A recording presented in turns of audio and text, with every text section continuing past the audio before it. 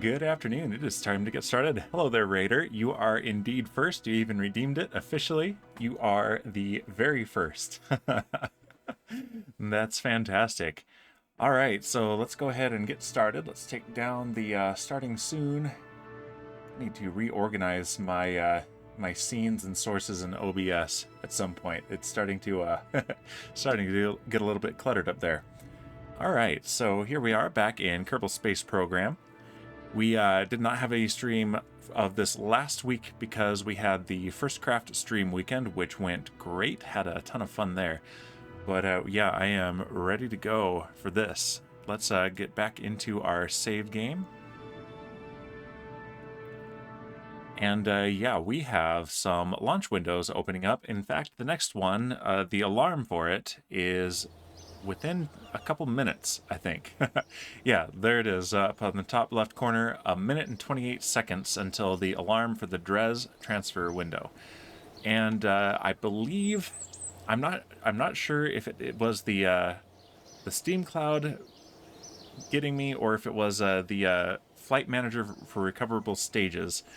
But yeah, we lost our last Dres mission to the Kraken, so we're not going to do a recoverable stage for this one.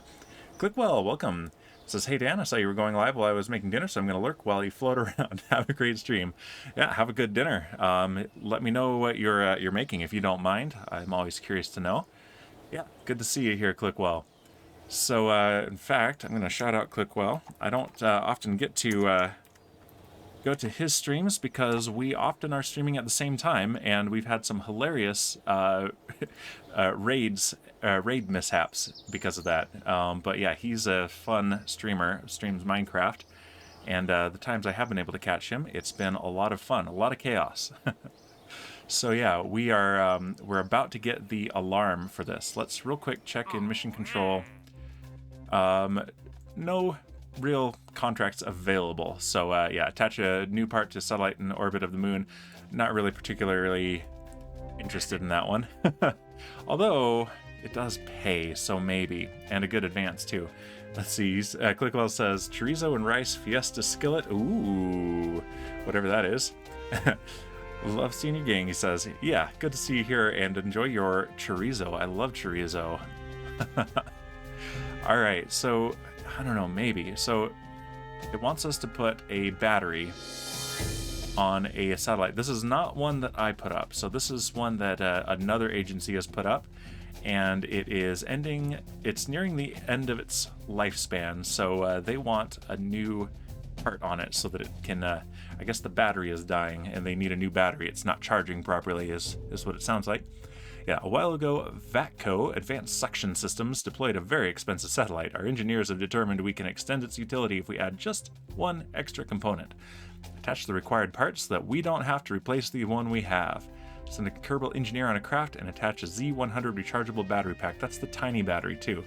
Yeah, let's take it. We can have an unlimited number of contracts. The biggest danger to taking it is if we don't complete it in time, but we have almost 4 years to do it, so let's take it. The money is worthwhile. But yeah, active contracts. So we have rescue Burke from orbit. We actually rescued him, we just haven't sent him back to Kerbin. And this one is new. This one was redeemed by Elric, a viewer. Both of these were. So he had Danbear Piglet, and then he redeemed Danbear Piglet 2 for a rescue. And so I asked him if Danbear Hoglet was fine. He said that is great. So Danbear Piglet has been rescued but not returned to Kerbin. Danbear Hoglet needs to be rescued today, along with Supreme Oddity, which is our own moderator, Supreme Doom, redeemed that one. Elon Musk was redeemed by Twiglet, another viewer, and has also been rescued but not returned to Kerbin yet. And actually, we're running out of DERP modules, the Deployable Emergency Return Pods. So we need to send some more of those up there as well. We have this one that we just got from VACCO.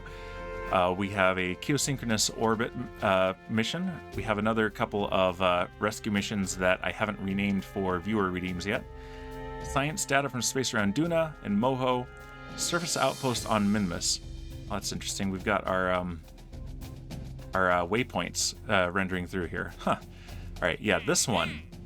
So this one's a little bit, I'm split on this. We have done most of this. we did land a surface outpost a couple weeks ago on Minmus. The only thing we don't have is 6,000 units of liquid fuel, because that is insane. That is a huge, huge fuel tank, way bigger than the station itself. And what are we going to use it for? They don't need that. It's a very stupid requirement, honestly. The procedurally generated contracts are not always the best. So what I'm thinking of doing is reducing the completion reward for this, and then going into the cheat menu and saying I completed it. So I'm thinking of taking a quarter to a third of the completion reward off. And I think that would be pretty fair, because some of that is for putting this ridiculous amount of liquid fuel, and it's not even liquid fuel and oxidizer, it's just liquid fuel. And this isn't a fuel depot, this is a science outpost. So, I don't know. This one, though, this reminds me, I came up with a name for our Sentinel infrared telescopes that is better than Sentinel. So yeah, let's go do that first. Before we do anything else, let's go to the tracking station. And let's see if I can remember. Let's see.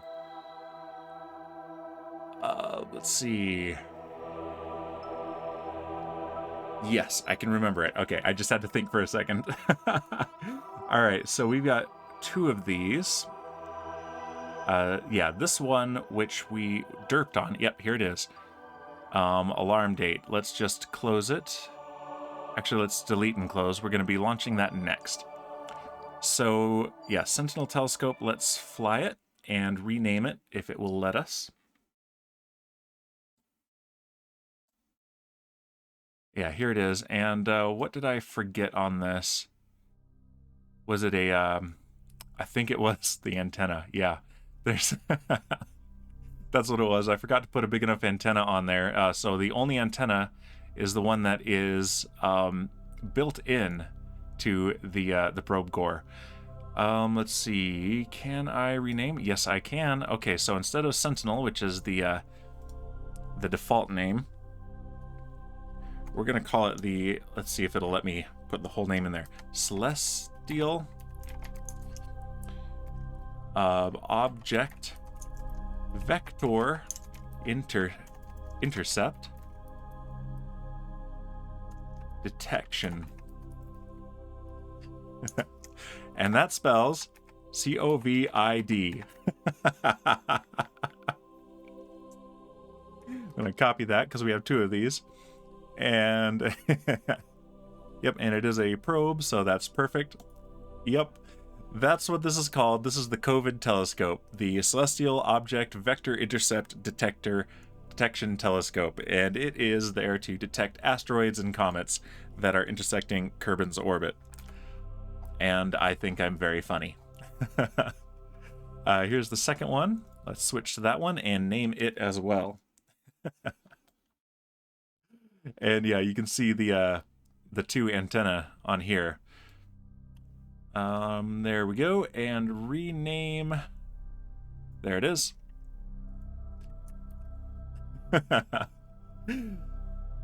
Boom. All right. And I don't think it has yeah, mapping Kerbin, so it's mapping the orbit around Kerbin. So I don't think it's detected anything yet. I don't know how long we have to wait, but once it's detected 3 comets, then we will get a whole lot of monies. And I don't think I can see the unknown objects in this view, so let's go back to the tracking station. And let's see. Do we have unknown objects enabled? No. Now we do. But none are detected. Is there something else I have to do? There's a chance that I have to upgrade something else in the in here. Aha. Okay, so the COVID telescopes are not able to actually do anything because we don't know how to interpret the data they're getting until we upgrade the tracking station. That is good to know. So, but that costs more than 500,000 pesos, so we're not there yet. We're gonna have to grind more money. Drat. All right, that's okay. we have enough money to launch to Dres, so that's what we're going to do. All right, let's take a look at what we've already built. In fact, we have the previous Dres. Yeah, here we go. The Dres Exploration and Research Probe, DERP. And it's on the big Callisto rocket, which is not a cost-effective rocket. So, let's see. We take the rocket off. The probe itself only costs about 14,000 pesos. Very affordable. The trick is getting it where it needs to go. And that is the whole thing, I believe.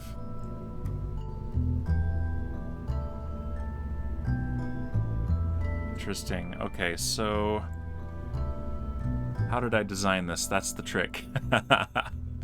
Let's see. This is just a lander, it looks like.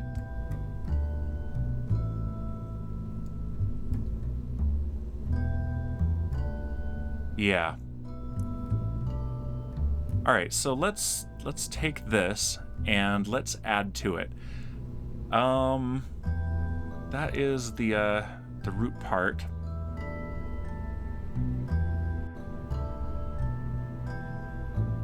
Sorry, I'm thinking aloud here. And that duplicates this. Let's delete that rocket.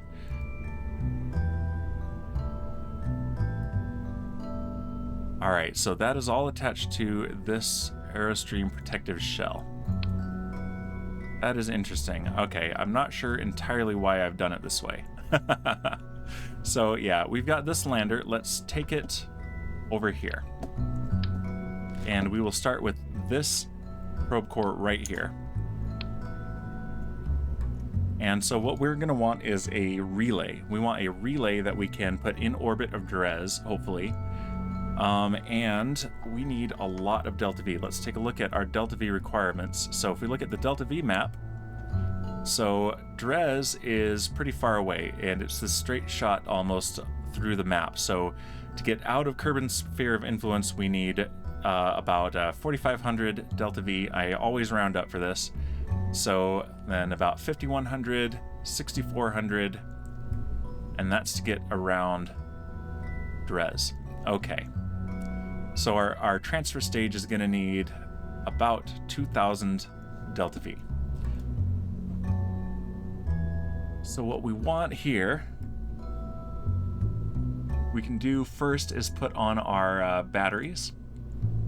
And that's the battery that they want us to put on the satellite around the moon, the smallest one. So let's do. Let's put them both on the top like that, actually, and let's put solar panels on. We want the 1x6. Let's put 3 of those. It's quite a ways from the sun, so our effectiveness of solar panels will be reduced. And then we want communication. Let's do 3 of these. And oop, there we go, that's better. And let's see how these will clip. All right, so those will extend straight out, so that's fine.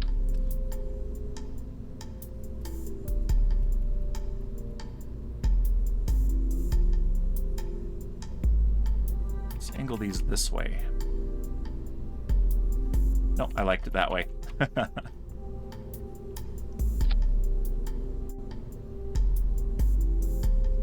Yes, Kit, welcome. Yep, we are making satellites. We have a launch window to Dres open right now.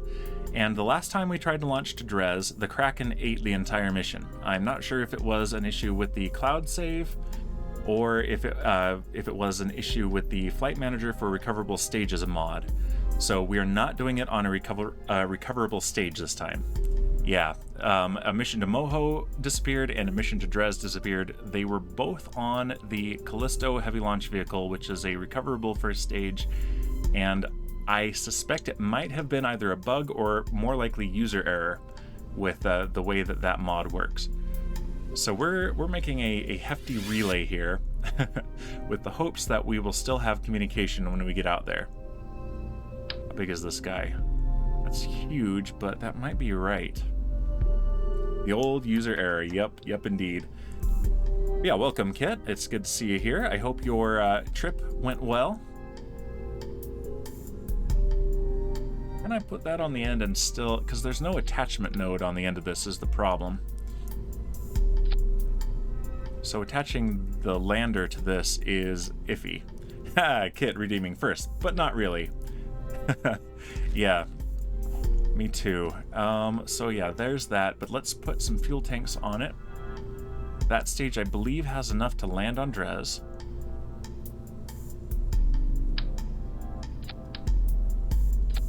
And if we do those, and we put something really efficient.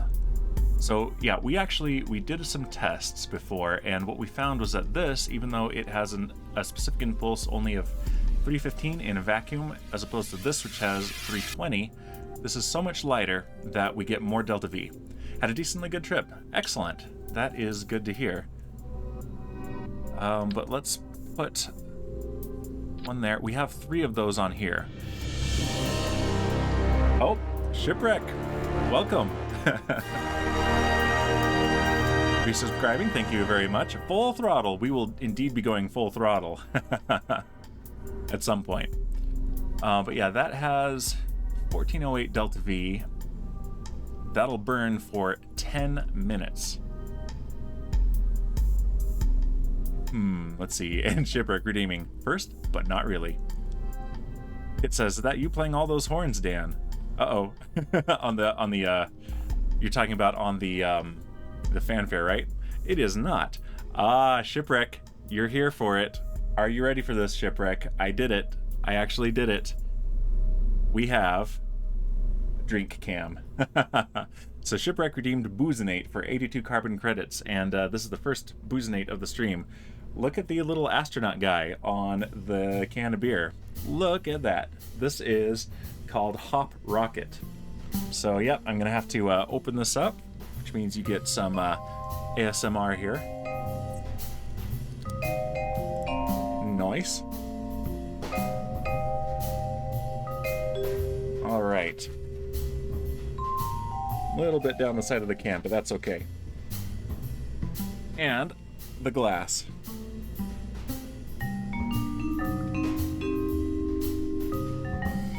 But I was first, says Shipwreck.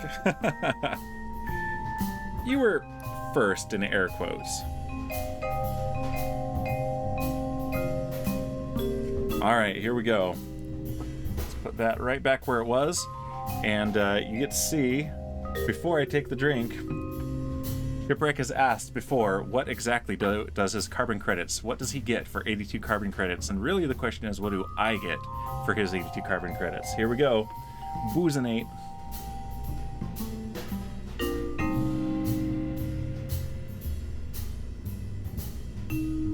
There you go, Shipwreck. That's the first one. Yeah, this is a good one. I really like this one. Rearrange this just a bit so you can see everything. There we go. Astronaut front and center, floating with the hops on the moon. Yeah, it's a good one. I like it, and it's very strong. It is, what is it? 9.6 alcohol by volume. So yeah, it's not as strong as the actual rocket fuel in some of the, especially Russian rockets, but yeah, it's got some actual rocket fuel in it.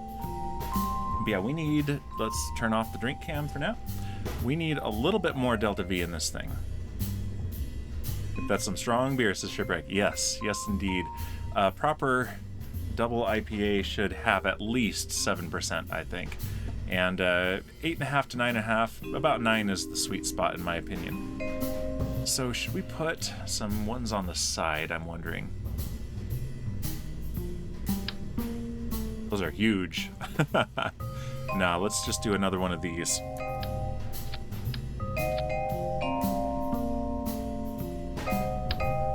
And some of these.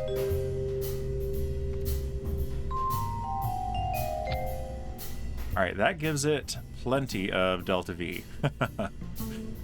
Very nice. So we probably want to put a couple more engines on, actually. Let's do it like this. That's about the same as we have on the other probe. And yeah, that alone has 3 kilometers per second of delta V, which is quite respectable. Yeah, way more than necessary. I do the spiders rather than the ants. Interesting. Let's check that out. Are they the same stats? Okay, that's why I'm not doing the spiders. The ISP in vacuum is 290 versus 315. So let's just, as a test, so we have 3001 meters per second versus 2763. So the difference is actually pretty significant. These ones fit a lot better, but yeah, there is quite the difference. Yeah, I would have assumed that, but they are slightly different. And I think the difference, let's take a look at the cones here. The nozzles, which is one of my favorite English words. They look the same. So I don't know, maybe there's a difference in chamber pressure or something with having them arranged this way versus that way. Not sure what the logic is exactly on that, but yeah, they are different enough that it really actually matters. So yeah, we've got the ants on there, the ant liquid fuel engine, and we've got them on, can I put this in view? Yeah, on this as well. Same engine arrangement there. And this is actually going to go down once I put this on here. In fact, let's do that now. But not by much. But that's because these are on the same stage. Let's fix that.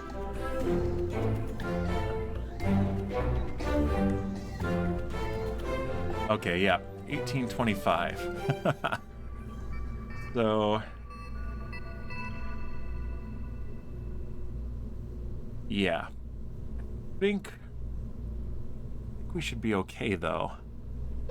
How heavy are the decouplers on the side is a good question. 0.025 tons.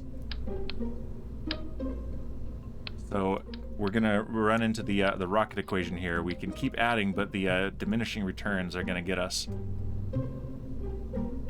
But if I have these that we can discard, let's try that.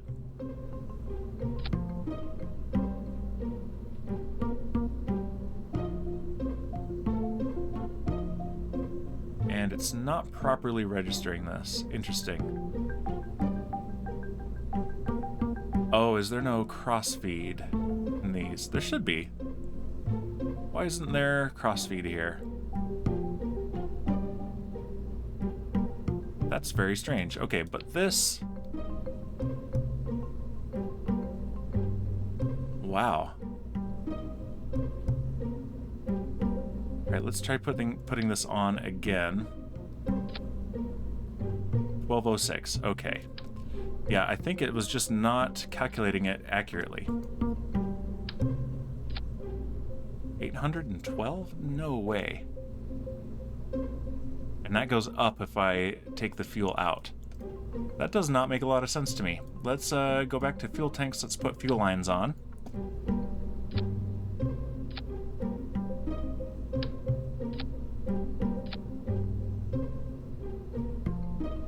Interesting. Okay. So, for some reason, there's no crossfeed. Huh. That is a genuine surprise to me. I don't quite understand that. But this gives us just about 2 kilometers per second from this stage here. Yeah, that's very strange. And also, because I want to be able to put an attachment point on the bottom there, can I? Let's put a coupler, the little guy.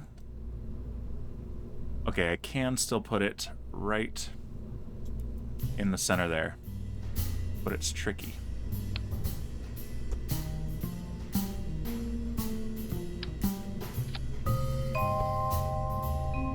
Do it like that.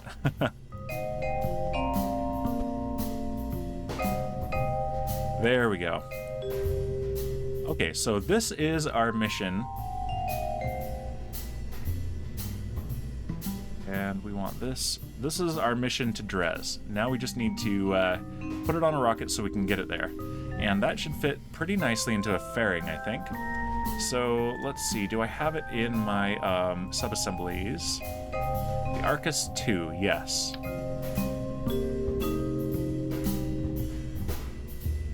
And it looks like I've got a decoupler on there. That is all right. Let's see. I go like this. Doesn't save the fairing or the camera. That's all right. The fairing will fit. Yeah, very nicely. Okay.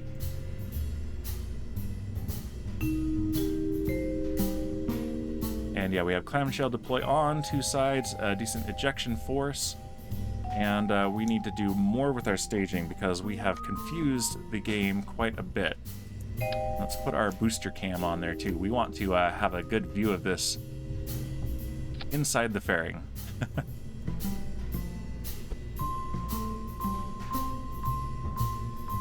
There we go, slightly angled. So I want it less angled than that. There we go. Just a slight tweak. And we have another booster cam on the outside, I believe. Yeah, right there.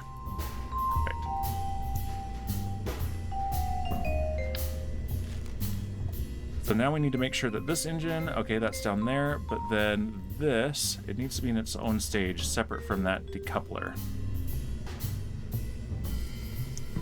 And we're gonna need to add boosters, I think. That engine is its own thing.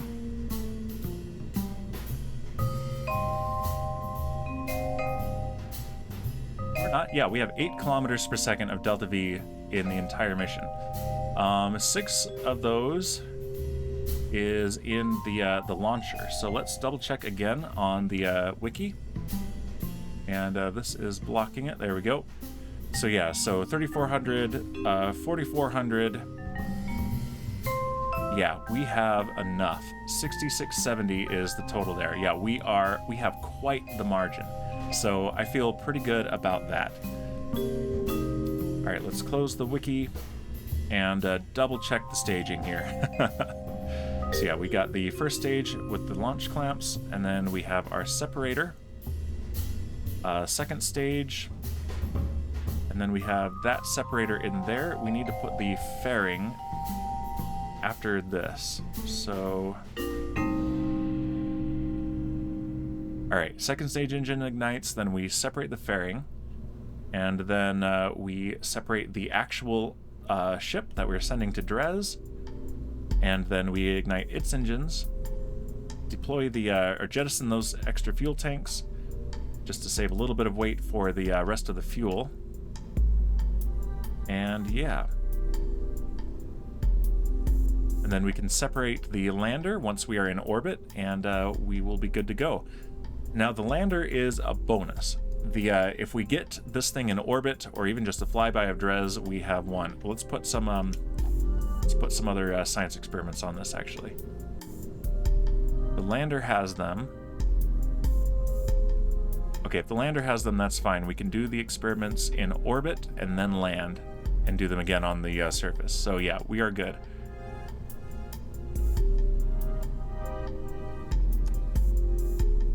And we are calling this Dres Exploration and Research Probe, DERP. So are you proud of me, Kit? I came up with my own really clever backronym. Not just this one, but is it the Gravioli detector? I don't think we have that yet. Do I have that yet? That's my favorite. That's my favorite one. No, we don't have that unlocked yet. That's in an upcoming node. But the Sentinel Infrared Telescope, I don't think you were here when we launched this, but the first thing I did today was rename the 2 Sentinels that we have. So they are the Celestial Object Vector Intercept Detection Telescopes, COVID. I'm very funny. All right, so let's we've saved this, OMG's kit, yeah. All right, and our launch window is already open. We saw the alarm for it. Let's launch this guy. We're not going to see Dres for quite a while, but we are doing the launch. And yes, we're going to be at full throttle, Shipwreck, just for you. All right, so we've got full throttle. There it is, throttle up. Stability assist is on. Let's turn off the FMRS mod, and we want our flight recorder up. So altitude, that is a thick ship. Yes, it is. It's stubby. That's what it is. I'm waiting for the next size up of fuel tanks so that we can use the really big engines for the next generation of the Callisto heavy launcher. Acceleration and dynamic pressure. All right, and we can close that and check this out. That's the view inside the fairing. This is with the Hullcam VDS mod, and that's the view down the side of the booster. So we can do this properly.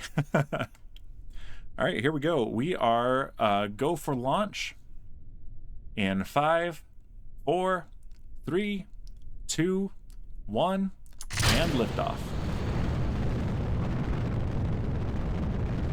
The vehicle is pitching downrange. We can't be too aggressive about the our angle of attack here.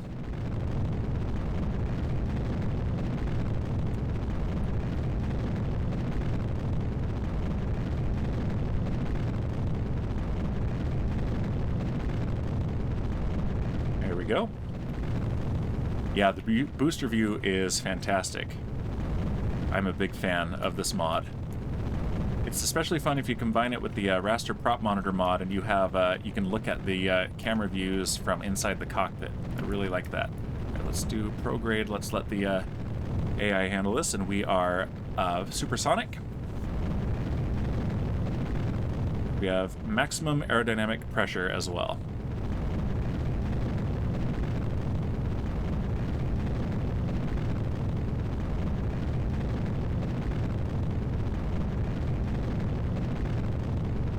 All right, everything is looking nominal. Yeah, the exhaust mod is called Waterfall. I like it even better than the Real Plume mod, and I want to hold this attitude here. I can hear an unhappy baby upstairs. I don't think the mic is picking that up, but yeah.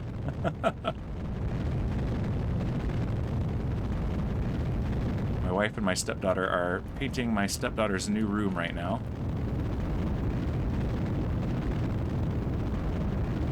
All right, and we have main engine cutoff and stage separation and second engine start. And we are a little bit, yeah, let's cut that. We're tumbling a bit, but I think we're gonna be okay. There we go. Yeah. We're a little bit aggressive on the gravity turn, but we recovered it.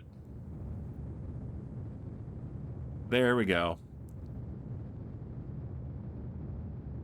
All right, now we're going to point prograde again. And let's take a look inside the fairing. Let's close this. And fairing separation. Just like that. And there they go.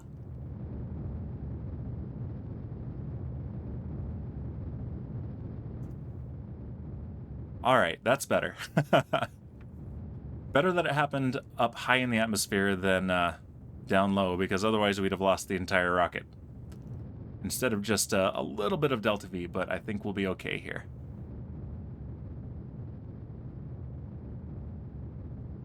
All right, we have an apoapsis of 250 kilometers. Let's take a look here. And yeah, we're launching in the day, so our apoapsis is right here. So if we're burning right here,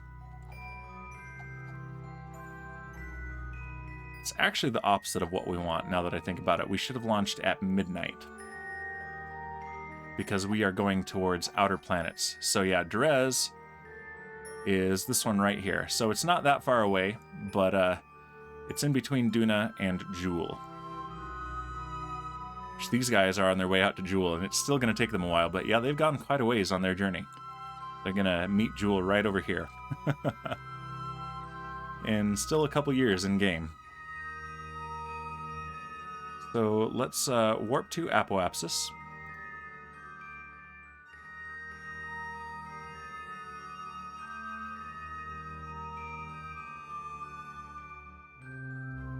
And let's also deploy our solar panels, because we're not going to have these ones to rely on soon.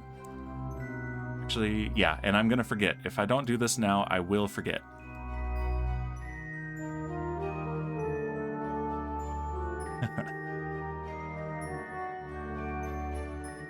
Alright, and let's start the engine again. And let's circularize our orbit.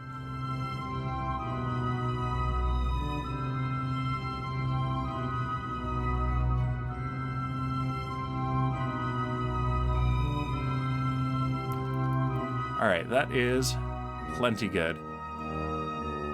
So right here, this is where we're going to want to actually do our escape burn, because if we're doing it there, then Kerbin's own velocity will help us rather than hinder us. So let's just warp there.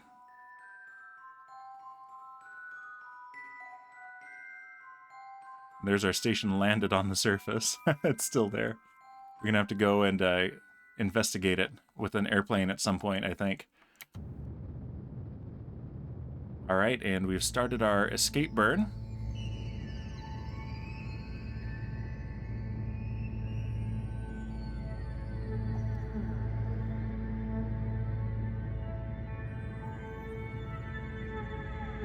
But yeah, now we are using Kerbin's velocity orbiting the sun this way rather than fighting against it. So if we were going to the inner planets, we would want to launch at noon, basically when we did. But for the most efficient launch to an outer planet, we want to launch at night. All right, and yeah, we have Kerbin escape, and our Apoapsis is going to be right here. Let's pin that. And we want to be careful about this. That's in 6 days. So our next transfer window is in 30 days, and that is to Elu, which is the farthest planet out that is in the stock game. So let's go ahead and warp to here.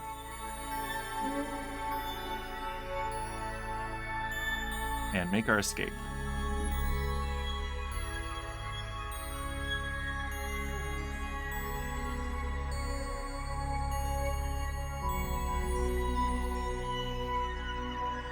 There we go. Time warp is complete.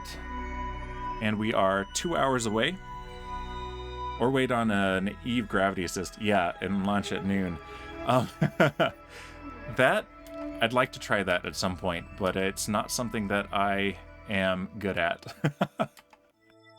But yeah, I really want to plan a mission like that. I know there are some people who get really intense and plan entire Kerbal missions with gravity assists and everything in MATLAB, which is nuts. All right. So now let's plan our intercept. So we want Dres to be our target.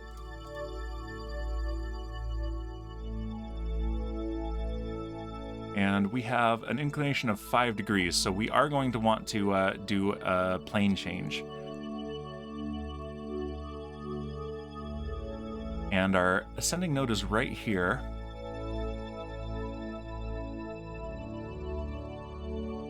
Periapsis, this is around the sun now, is right here. Let's see what happens if we add a maneuver very close. I can see there's the handle right there. And let's just see what kind of adjustments we're going to need to make.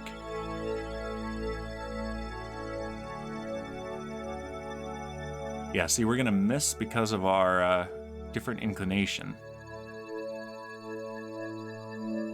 And I don't mind intersecting at an angle. I'd like, actually, to have a polar orbit, because that gives us a lot of chances to choose a landing site.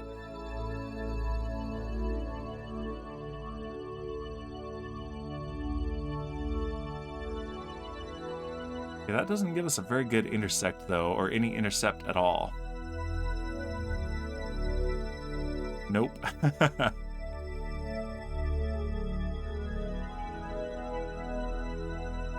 Alright, so we might need to do a plane change separately. So let's go ahead and bring this back right here.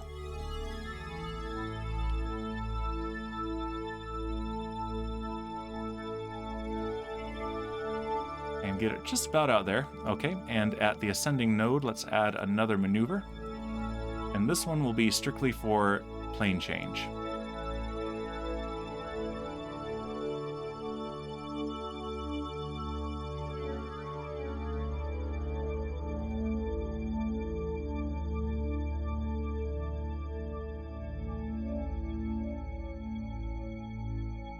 That doesn't give us an intersect, which is interesting. Sometimes it's a little bit finicky with the launch windows. Okay, there's one. Closest approach there. But where is target position at closest approach? It's right there. All right, that is interesting. Okay.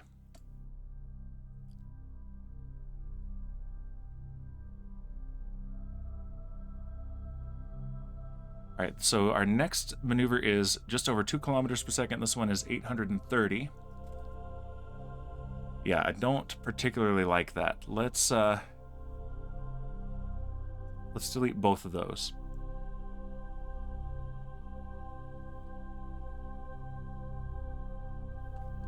Let's see if we can do this in one maneuver. So we're gonna intersect right about there, it looks like.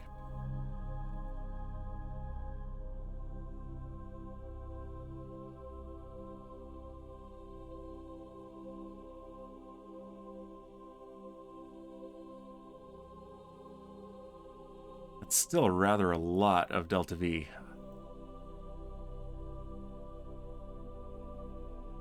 Yeah, I don't like it.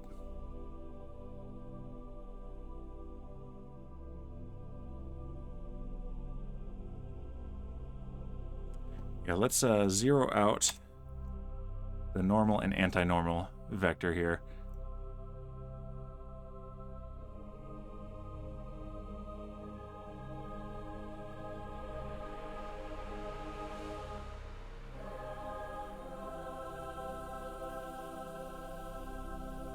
Yeah, this is kind of gross. This is definitely a little bit of a gross maneuver here. So basically what we're looking at is that from the top down, we've got a good launch window in that if we launch from here, we can intersect Dres right here. But we will be way out of plane if we do so, because Dres is in an inclined orbit of 5 degrees and Kerbal is exactly equatorial to the sun. But if we do this at the ascending node, maybe we can intersect it later and more efficiently. Yeah, there was briefly an indicator there. Right there, okay.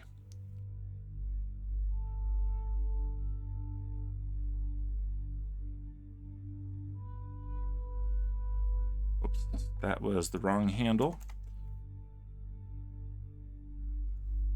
Whoa, no. What is happening? Time warp. Why am I in time warp?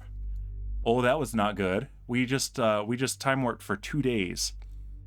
I didn't like that. But that's okay.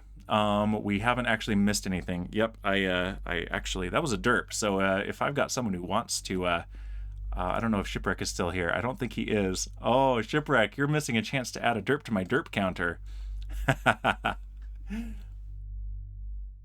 Yep, that's the derp counter, but guess what?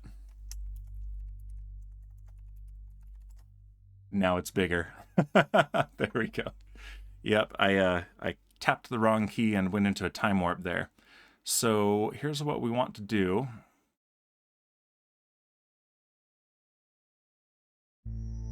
Put it right there.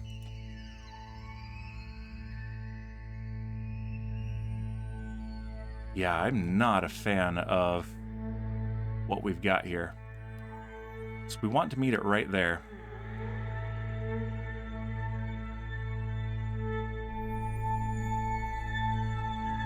Yeah, super, super gross. It's also very hot in my office, so I'm going to turn up my fan just a little bit, and I don't think that the mic will pick it up, but we'll see.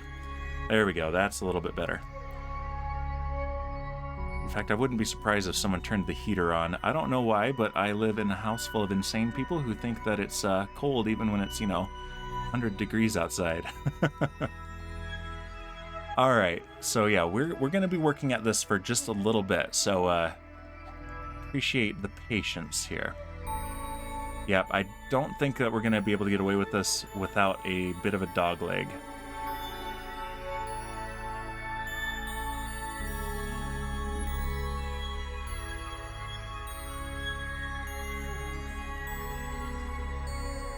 Yeah, we're going to have to zero out the inclination, no matter what.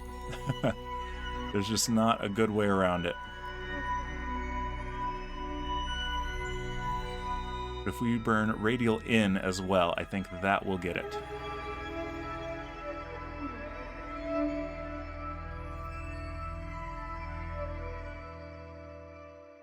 Right there. There it was. Okay. Right there. That is an intersect with Dres. And we will likely need a little bit of a correction burn later, but if we do that, just over 2 kilometers per second, so I think we can do this. I think we can do this and still have the fuel that we need. All right, let's do that. That node is in 61 days, so we may or may not be doing that in this stream, but we need an alarm for it. So we need to create a new alarm. And it is for this maneuver. We're going to name it Dres Intercept Burn. And we want 1 day. We want this alarm to be 1 day before we actually do the burn. That's hours. So years, days, hours. There we go. And alarm is added. Okay, so if we look at our alarms now, next is ELU transfer, then Joule transfer. Oh, we didn't lose 2 days. We lost 20 days. Dang. Okay, yeah, that went. So yeah, we're ready for the ELU transfer. Let's do it. Yeah, so we got we got the ELU transfer, then Joule transfer, then Duna transfer, and then our Dres intercept burn. So let's also let's switch to, let's go to the tracking station, and let's take a look at our space station, because that's our reference when we're making these alarms. So if we go to Arcadia Station, then we can use MechJeb to calculate our next launch window for Dres, because we always want the next one to be on the list. So we want, what is this? Maneuver Planner. And advanced transfer to another planet. And we want the target to be Dres. And we want it to be lowest delta V. And to create the node, there it is. So yeah, that is in 392 days. So now if we make another alarm, and we'll do this as a manual alarm, and this is Dres transfer window. And we want this to be 5 days before. Just an arbitrary number. There we go. Now we have our next Dres transfer on the calendar. So in where is it? Dres correction. Yeah, that's for the last one. That's for the one that disappeared. RIP.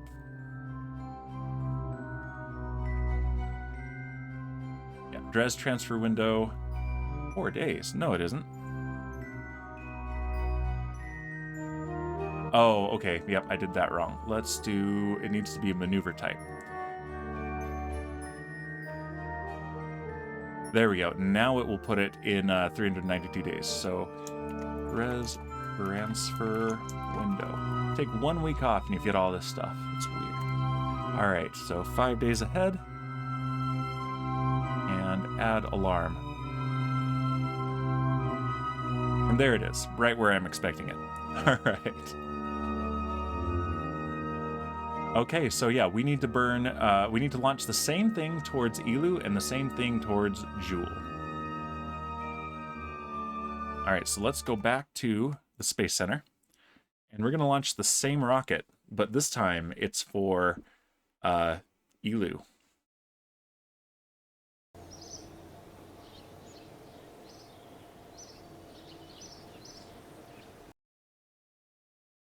we're going to rename this, but we're going to do it on the pad. Sending the same probe multiple places. Yes, copies of the same probe. We're sending it all over the system. And let's just check the wiki real quick. So for Elu, it's not that different. Once you're out of orbit of Kerbal, you're on your way to anywhere you want to go. So where is... Elu is right there. Okay, so it is very similar. So yeah, we've got our normal 4,500, 5,600, 6,900, 7,500. It's more, actually. Yeah, 7,500 right there. So it's about 1 kilometer per second more. So here's what we're going to do. We're going to make one little modification.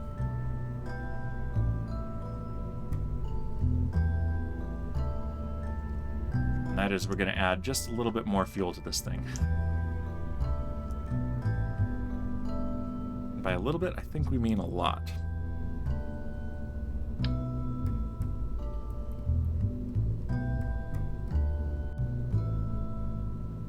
Let's do that.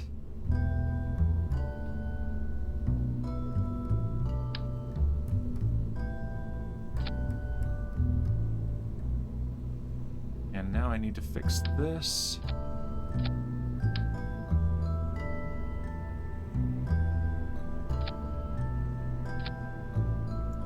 I can get in there. Let's come down in from the top like this.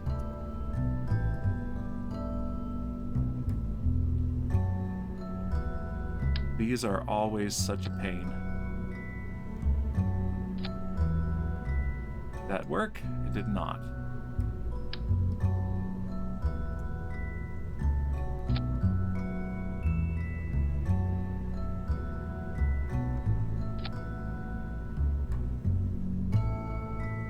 Alright, so let's double check the staging because maybe that's the issue.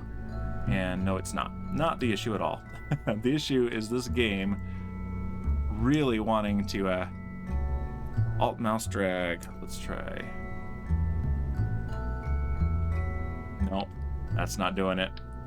Middle button does a little bit. A y-axis. Middle button does that. Yeah, that's not doing anything for me, unfortunately. Control, maybe? Control is also not doing it. Yeah, I'm not sure on that.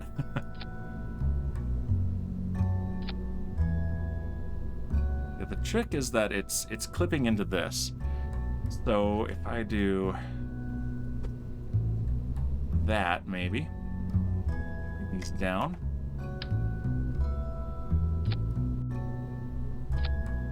There it is. Okay, and that only gives me another 100 meters per second. But it's not nothing.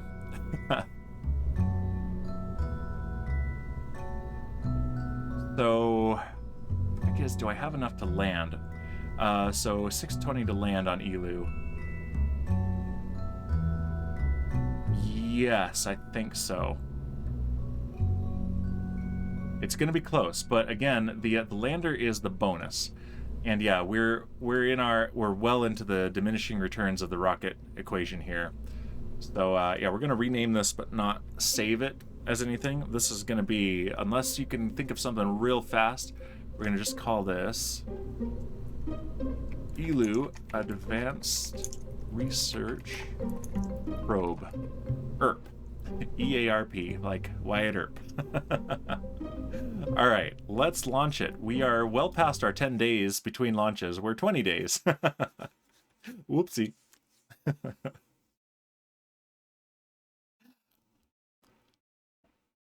All right.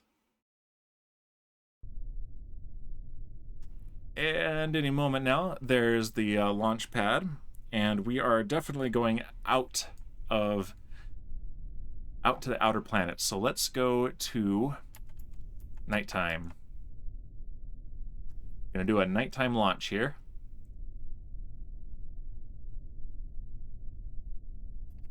That'll work. And yep, we've got our spotlights and all that. So if we look at, we don't want to set the target yet because otherwise that'll give me some issues down here. Let's look at our flight recorder though. Altitude, acceleration, and dynamic pressure. We're at full throttle and stability assist is on. And we're going to go a lot gentler on the pitch over maneuver and conserve delta V here.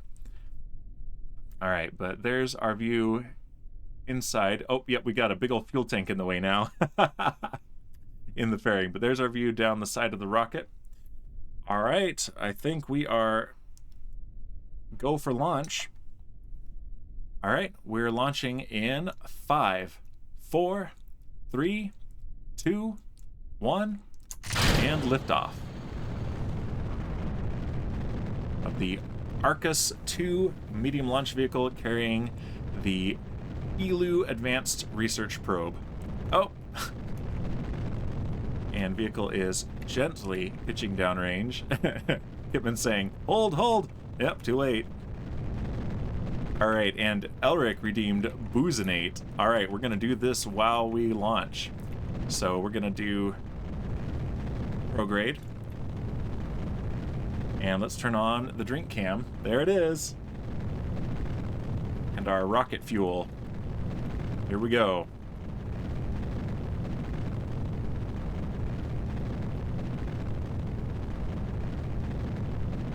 All right. Thank you very much. And we are supersonic and past maximum aerodynamic pressure now. Turn off the drink cam. There we go. And continuing to pitch downrange very gently. More so than we need to, but it will be just fine.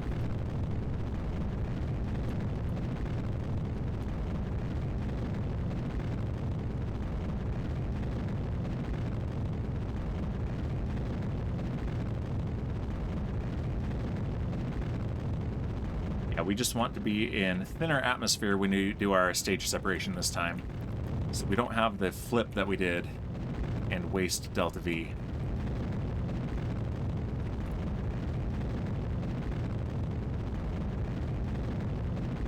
All right, and we have main engine cutoff, and stage separation, and second engine start. Much smoother than last time. And Elric redeeming hydrate. Very nice. All right, let's point closer to the horizon. Let's pitch down and bring the drink cam back up. I appreciate the hydrate. Help keep Hangover Dan at bay.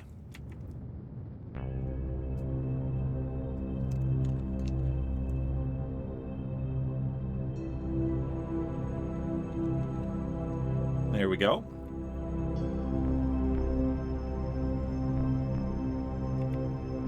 And we're going to stop there at an apoapsis of 250 kilometers.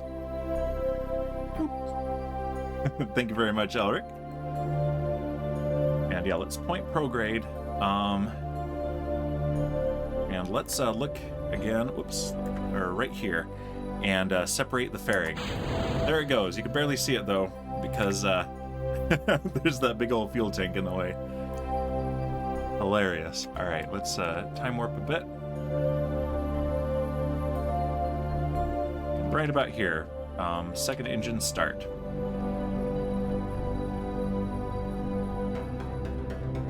And now we can choose ELU as our target. Yeah, if I have the target set too early, then this cycles through from surface to target, then to orbit, and sometimes if I've got this holding prograde, for example, it will start trying to pitch the wrong way or too aggressively, and that's nicht bueno.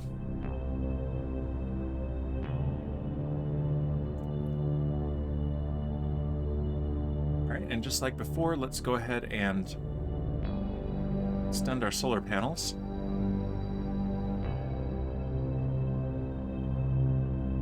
And of course it's nighttime, but that was deliberate.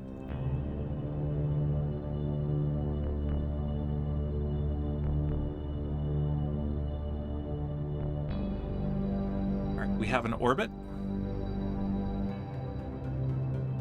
Alright, I'm gonna stop right there, and let's warp right to here. And yeah, so this time we didn't need to go all the way around to be in the optimal place for transferring to an outer planet. And starting the engine again.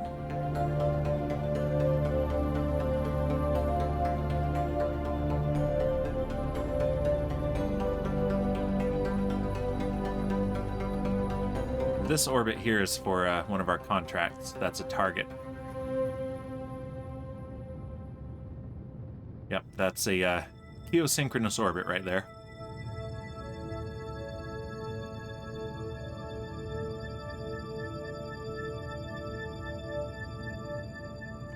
Alright, that's an escape. Let's go ahead and keep burning a bit. And yeah, our next window is in 1 day, and that's a little bit ahead of the actual window, probably about 5 days. So we should be okay. And we're very close to the descending node, which is very good. Yeah, Eeloo is in a very elliptical orbit, much like Pluto. So we want to wait about 10 days from that launch. So if we go ahead and go to this escape, Eric's asking, what mods do I use? That is a fantastic question. Let me go ahead and launch my mod manager, and we can let this thing just drift for a little bit. And I will show you my current mod list. Let's see, where is CCAM? There it is. Okay. So, not all of these are particularly relevant to mention. A lot of them are dependencies or libraries for other ones. So, what we've got, that's a texture. Camera Tools is the one that I was using for the cinematic views. That's the Delta V map that I was looking at for planning this. Crowdsourced Science, that one adds some clever crowdsourced, as it says, science messages for doing experiments.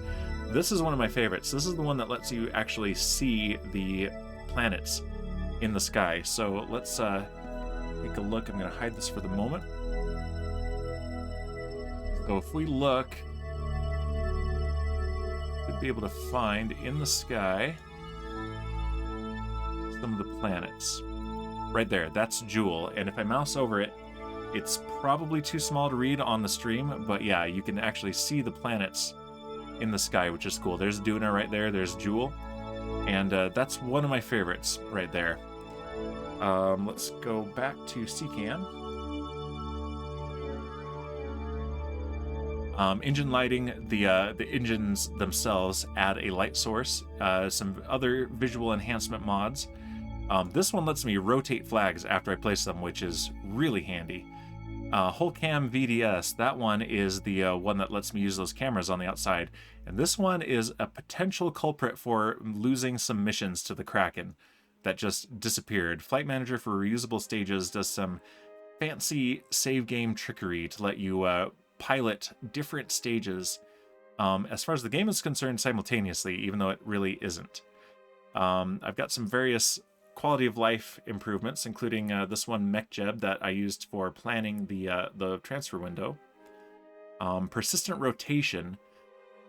Normally you can, in the stock game, you can abuse the on-rails time warp and stop your craft from rotating. This one prevents that, which I really like. That's a visual mod for the reentry particles. More visual mods. That's the one with the very nice plumes. That's the config file for waterfall. That's the mod that I use for balancing my my fuel tanks. And this one lets me predict with including atmospheric drag the trajectory my ship will take. And yeah, there's waterfall that does the plume effects. So yeah, there are various ones here, and I put my VODs up on my second YouTube channel, and I keep a basic mod list there as well. So I'm trying to keep it from being too far away from the stock experience for now, but slowly we're going to add mods to it. Okay, so let's go ahead and warp to our Kerbal escape. And it's going to stop us here because of this ELU transfer window alarm.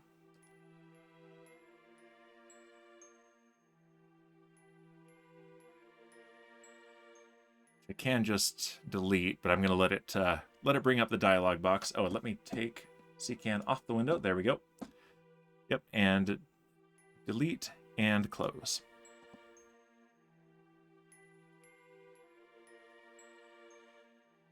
But yeah, we're not doing launches much closer than 10 days apart, so we're just kind of roleplay simulating the time that it takes to refurbish the pad and roll out the next rocket.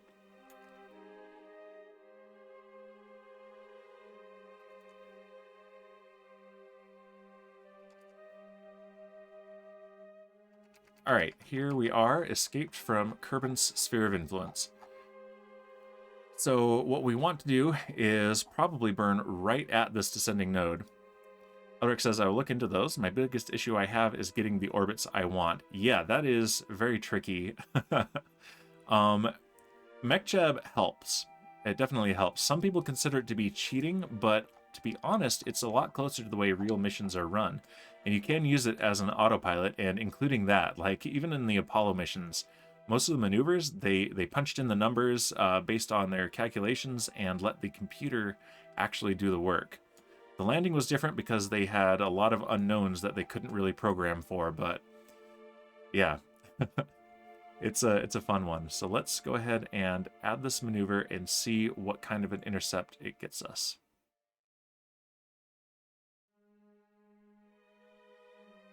Yeah, that's Jewel. That's not ELU.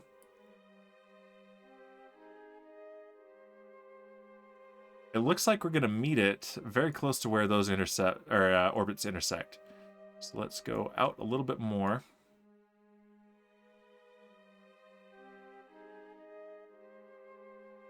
Okay, so I think I want it to be a little bit earlier.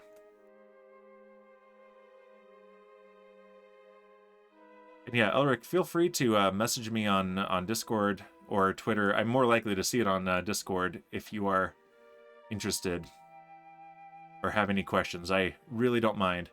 Joule gravity assist. Yeah, right next to ELU, we want a Joule gravity assist. It's less of an assist and more of a hindrance. A Joule gravity hindrance. Yep. Do it! No. Yeah, that's... Okay, we're just too far out, I think. Yeah, Joule is mucking this up a bit. Might have to do some radial adjustments here. Radial in, I think, will do it.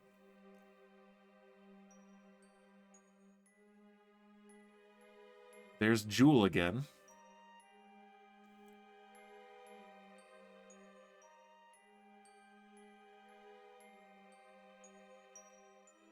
Yeah, this is probably the hardest part of the game right here. I could do a Tylo to correct a bit too. Maybe. That's a Joule moon, right?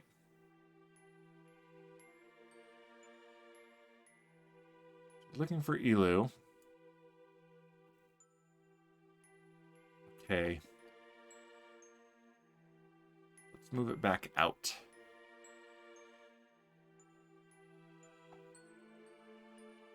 Yeah, Joule is really complicating this a lot.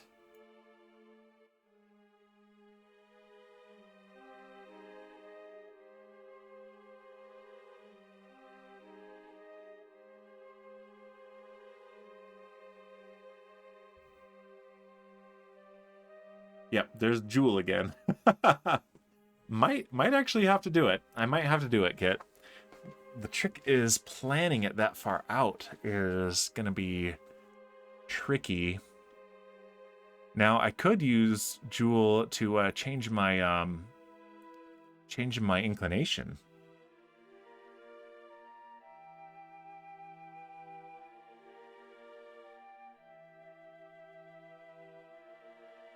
This has 2. This hits Joule twice.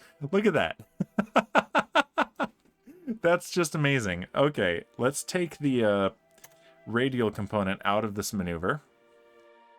Wow. That was something.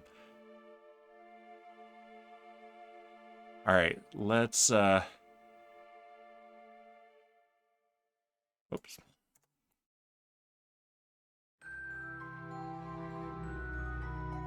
Yeah, the UI on this game is definitely frustrating.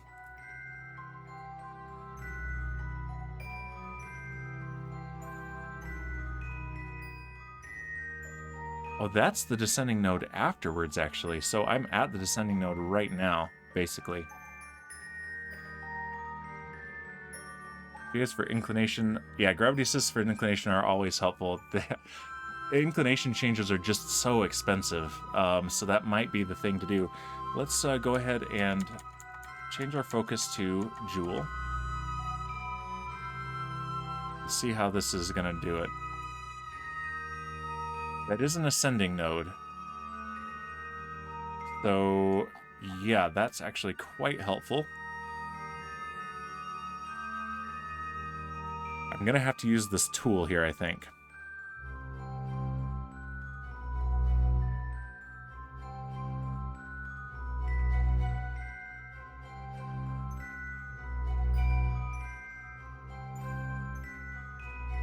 Right, now I have to actually pick this out of this mess. Come on. This is nightmarish. I hope this is not too painful for viewing. There we go. There we go. I picked it out. So we want to come right over the top so that all we get is inclination change, I think. Or at least most of what we get. So I think let's try 10 meters per second change. Yeah, let's see what happens here. Takes me out. And I want to keep an eye out also for an encounter with Elu.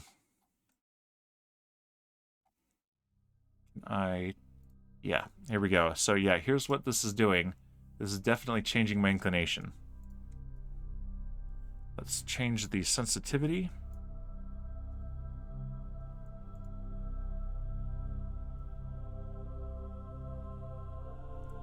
Right there is the sweet spot for this.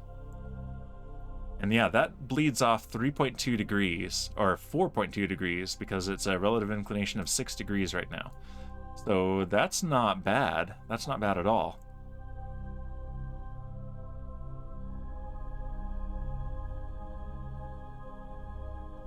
Question is, do we want anything else out of this gravity assist?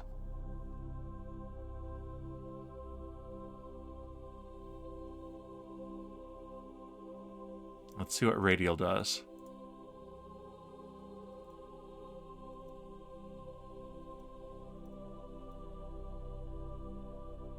Not a lot.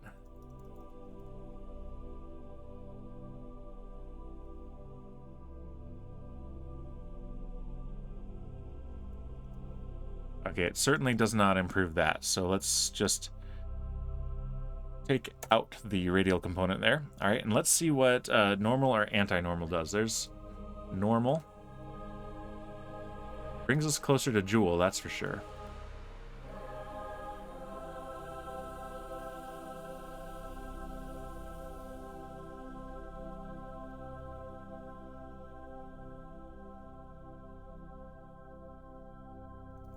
Yeah, I think none of these is actually going to do a lot for us, so I'm going to zero that out.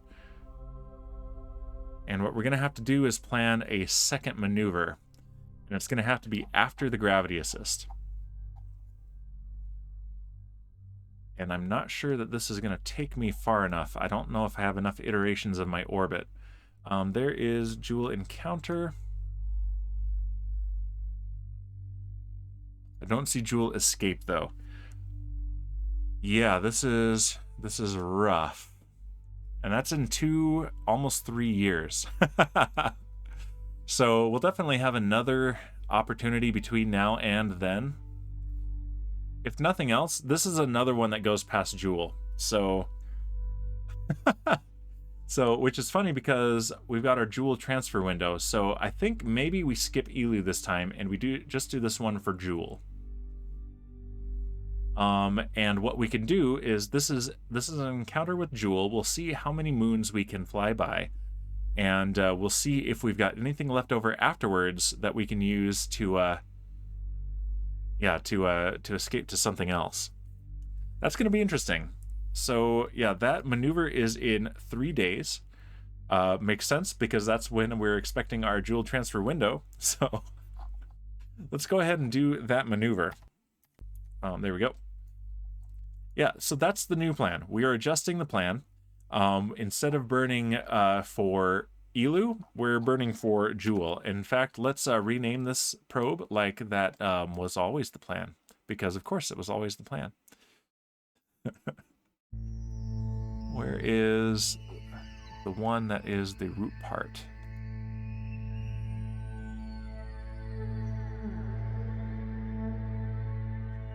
Says Kit. But yeah, we are going to try to use Joule for that gravity assist, though. So that is still going to happen. We're going to see if we can get to Elu as a bonus. What is this emote? Sus. Rude, Kit. Super rude. Go feed your cows so they poop more. All right.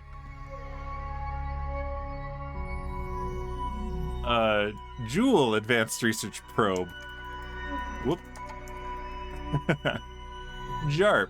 This was always JARP. And that's how this go. All right, so we've got 2,200 meters per second on this burn. We have 700 left on our current stage, and the rest will be on our main transfer stage. So, burn time 15 minutes. I believe that includes this stage. So, that's gonna be... Oh yeah, we're burning through a couple stages. So yeah, we're not landing. At best, we're gonna get a flyby of Elu after this. This is gonna be interesting, but it won't be for nothing. So there's at least that. Let's go ahead and time warp. Deliberately this time, not a derp.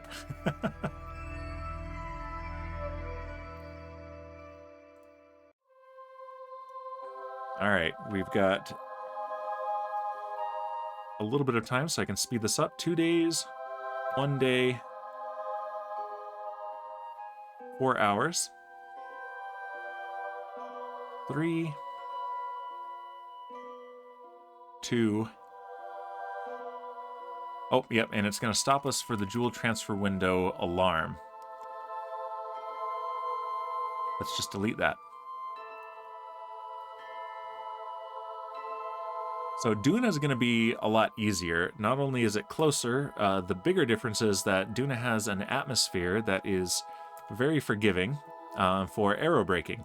I've tried aerobraking on Joule before, and basically it likes to eat ships. You try to aerobrake on Joule, and it's like lithobraking anywhere else. You burn up quick. So, but Duna, we do not necessarily have to even have a capture burn. We can just let the atmosphere do the work. All right, we're 8 minutes from the maneuver. Let's go ahead and do this. And it's just prograde, so yeah. All right, and we are starting the engine. right now. Oh, this stage is actually for jettisoning these tanks. So yeah, we're actually doing better than I was thinking. Still, though, I doubt we're going to get more than a flyby of Elu, if we can get that at all. Alright, and engine cutoff, stage separation, and transfer engines start. And this is very low thrust, 6 kilonewtons. So this is going to be a long burn. This is very slow, so we're going to actually speed up the game just a bit, not a ton. And I am going to give a free Boozinate. Here we go. This one's on me, you guys.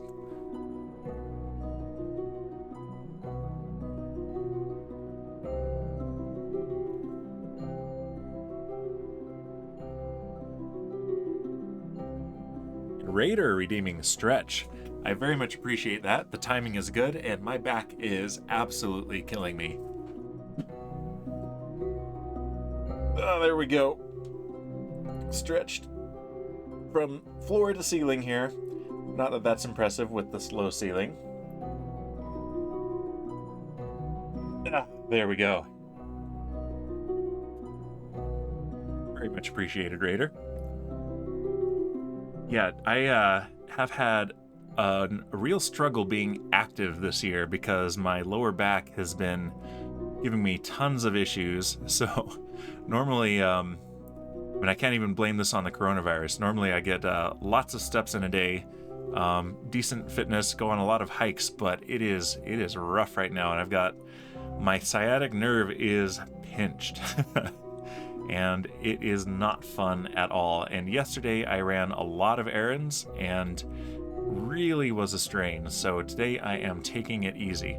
The good news is that my office chair is the only chair in the house that I can have decent posture in, because I am a tall guy at 5 foot 15 inches.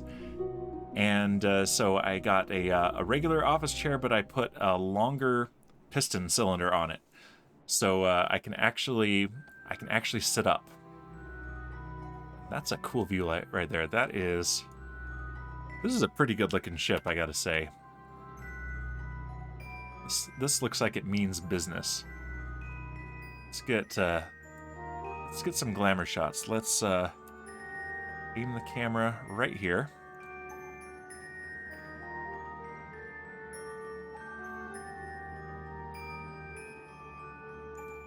And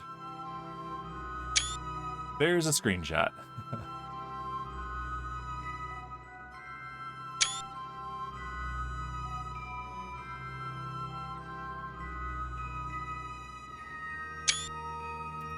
And it looks like having these 3 big antenna dishes on here is working because we have pretty good signal strength. We have 100%. So chances are we will still have a signal when we get pretty far out. The more stuff we throw out into deep space, though, the more we can relay a signal through, and the better things will be for future missions. All right, we are halfway through this burn. And typically there would be 9 minutes left, but we're at double time, and I don't really want to go higher than that. My CPU can handle it, but sometimes weird things happen anyway. So, yeah, we're gonna be safe. We're gonna play it safe.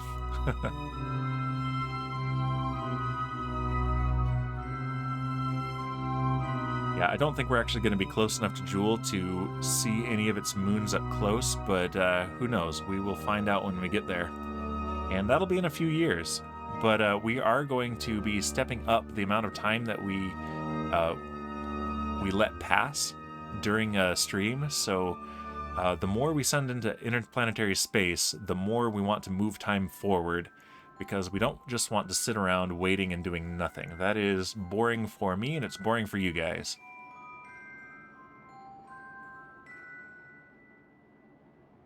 So yep, we're going to throw everything we can up into space, and then watch it go past its destinations. We got 7 minutes left in this burn, or 3.5 for us watching.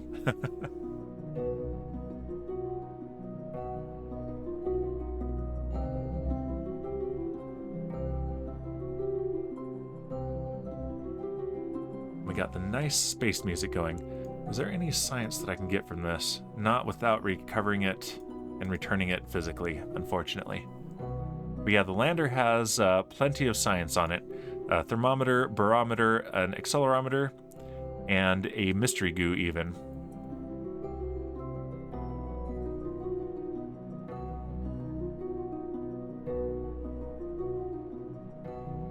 Right, we have just over 5 minutes left in the burn, or at double time, 2.5 minutes.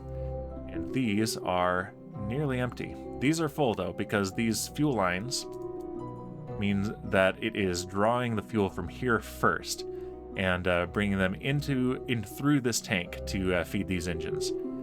And imagine if I only put one of these on, we'd be waiting 3 times as long. So, yeah. More realistic mission would be taking much, much longer.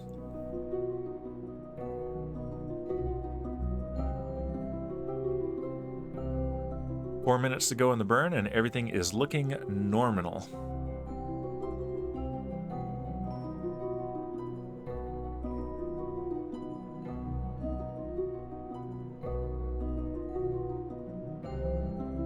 We are coming up on staging, though, where we're going to ditch these tanks. The burn will continue uninterrupted, but we will be ditching the tanks, and that will shed a little bit of weight and make the rest of the burn a little bit more efficient.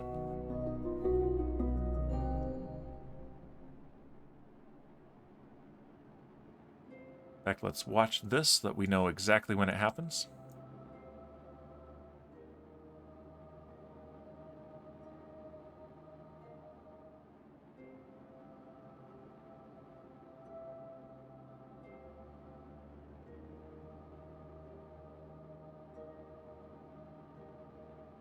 Two minutes left in the burn. 1 unit of liquid fuel left in each of these tanks.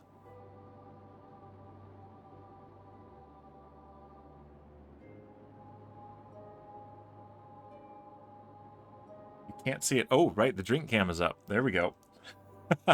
Thank you, Elric. All right, and there it is. Let's slow it down to normal time and staging. There they go, real fast, because they are very lightweight. Very nice.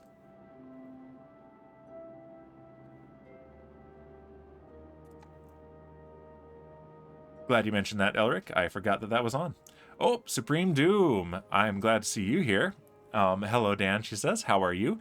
We're doing great. We are sending a probe to the planet Jewel, which was always the plan with this probe. It was never originally bound for Elu, and then we found out that we were going to hit Jewel instead because it was in the way. That certainly didn't happen. And Supreme Doom redeeming Booznate at the same time as Elric redeeming Hydrate. So let's finish this burn and then do those. All right, that is burn complete. Let's take a look at what we've got. Yep, we have an encounter with Jewel. All right, so here we go. Drink cam back up. And this is good timing, Supreme Doom, because now we can do something particularly special. All right. You don't see the redeems. Oh, that is weird. They're there.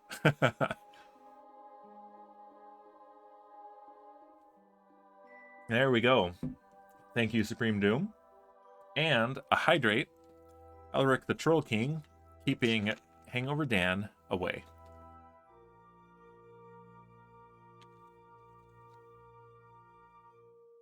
Thank you very much.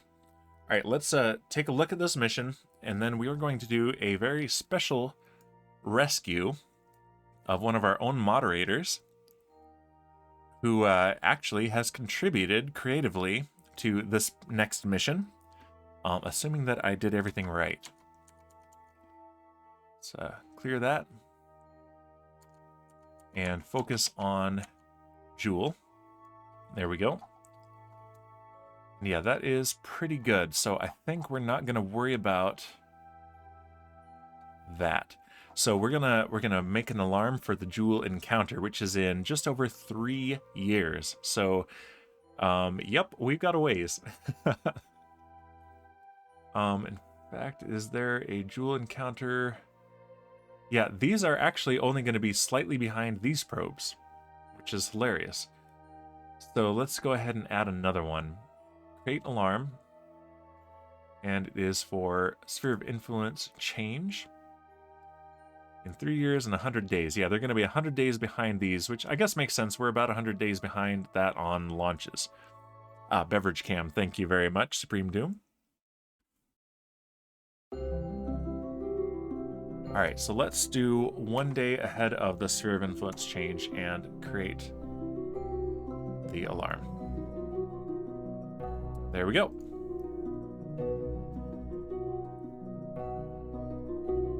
All right, so those are our 2 interplanetary launches for now. So what we want to do real quick here is go back to the tracking station and set up our next transfer windows. And Elric, you were asking about mods, and I'll show you what I do with MechJeb here. I mean, you were watching before, but we're going to do it again. And we're going to go to Arcadia Station, and there are 2 reasons we're going to Arcadia Station. Supreme Doom says, I had a napsident today, just woke up not too long ago. Well, at least napsidents leave you refreshed, I hope. I hope you are feeling better after the napsident. But yeah, here is Arcadia Station, and this is in a circular orbit around Kerbal, which is important for using this tool. So if I do the maneuver planner, and I change our target to Joule. Now what I can do is advanced transfer to another planet is, there are a lot of options here, but that's the one we're going to use. And create node. There's also create and execute. So you can actually have this work as an autopilot to execute a maneuver node, which is a lot more like real missions are done, but we're not doing that at this stage because it feels a little bit cheaty for Kerbal Space Program. So not yet. Let's see. Initial orbit must not be hyperbolic, but we're not. Okay, here we go. We had the other node in place. That's the problem. All right. So lowest delta V. We can also see what it would look like ASAP. But this is called the pork chop selection. So basically, we've got time, and we've got amount of delta V spent. So basically, we want to find something in this blue area, not the red area. So if I did this here, in 181 days of the departure, and it would take us 78 days to get there, but it would also cost us 60 kilometers per second of delta V. That's insane. But if we do it from here, it's only 2 kilometers per second of delta V, but we also have to wait a year before we leave, and the transit duration will be 2 years. So trying to figure out where to put the mods. You can either put them directly into the game data folder, or I use that mod loader I showed you called CCAN, which does it automatically. And there are advantages and disadvantages to both. But yeah, I'll help you with that a little bit later if you want. But yeah, we're going to go with lowest delta V and create node. And it thinks for a second. Still thinking. There it is. And so in 2 days, yeah, we don't want that one because we just launched. So we're going to want the next one. So we're not going to make this yet, but what I could do is make an alarm. And so what this does is makes an alarm at that node, and that's when I want to be launching my next mission to Joule. So we're not going to do that right now, though, so I will do that later. Let's go back to target selection and select ELU. Let's choose the next one for that. All right. I think this axis on the bottom is, yeah, when to depart. And it is, yeah, up to 1.5 years, it looks like. And the y-axis is transit duration. So from the quickest possible transfer to a very lazy long one that'll take 9 years. So yeah, let's go ahead and create node. And it's thinking about ELU now.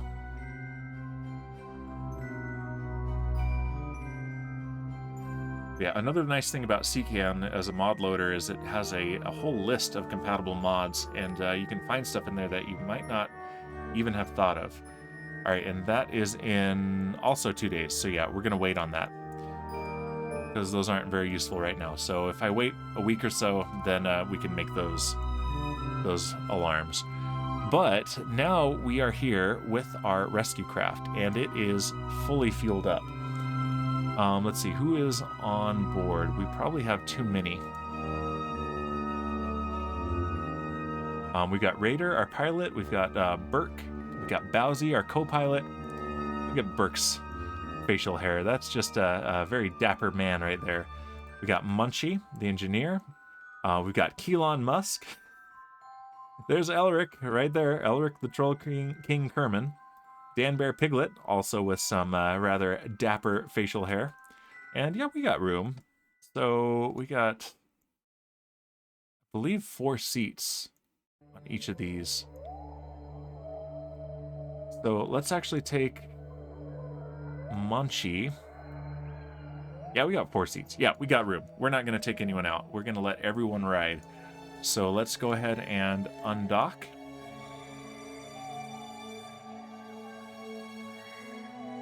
And I hope I've got monopropellant. Yep, I'm full on monopropellant too. Excellent.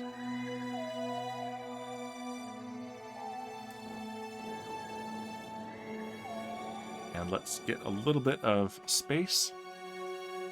There we go, a little bit of clearance from the station. And we want to go back to type selection, and we want to go to ships and Supreme Oddities Wreckage. So we're going to rescue our own moderator, Supreme Doom. And where is her wreckage? There. So we need to let it catch up. And we have a little bit of an inclination. So over time, our station has actually shifted its orbit, but that is all right. So if I make a maneuver right here,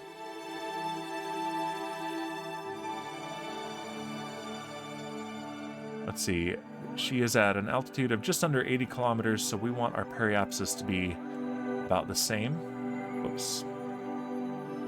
Don't want that. Let's zero that out. We want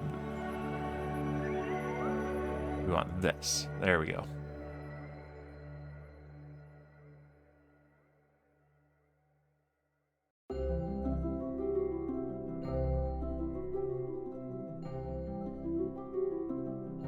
And actually, we're in a good spot right about now.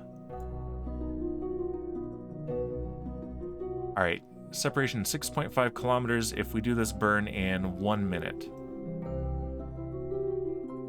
Yeah, so we're actually going to do this right now, and we're just going to burn retrograde. Let's make sure that we don't collide with the station. Yeah, we got lots of clearance. So yeah, let's just point retrograde.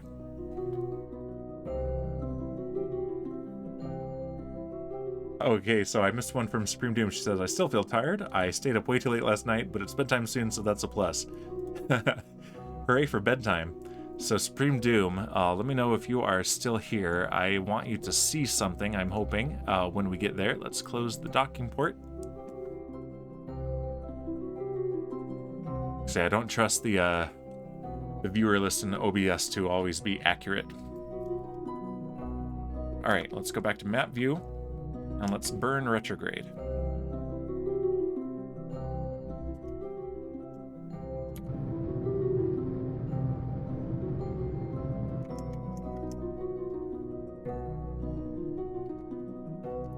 And we want to pin that. There we go. We want to get as close and intersect as possible. And that is pretty good, 1.7 kilometers. So we will definitely be correcting that when we get closer.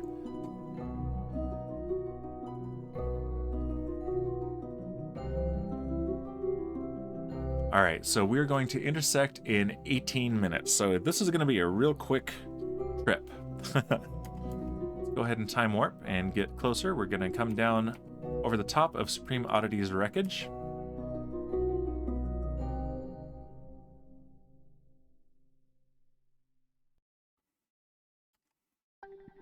And my fingers are crossed that I actually prepared this properly. And by prepared this properly, I don't mean anything to do with planning the actual mission, but rather with a very tricky edit to the save file. Not a cheaty edit, just a creative edit. Usually I only change the name of the Kerbal, but this time I changed one other thing as well.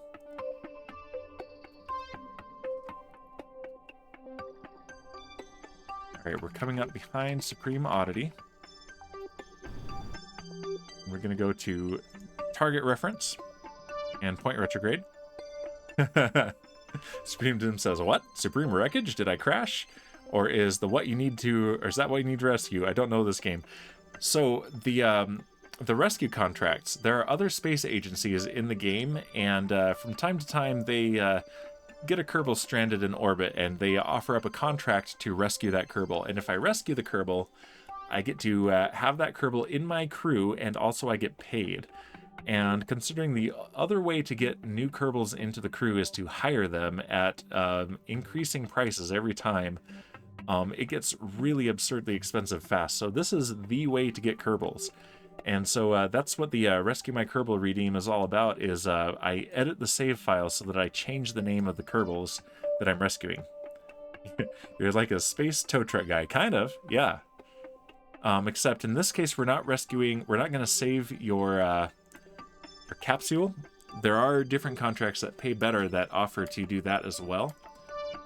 This time we're just rescuing the Kerbal, which we have renamed at your request to Space Oddity.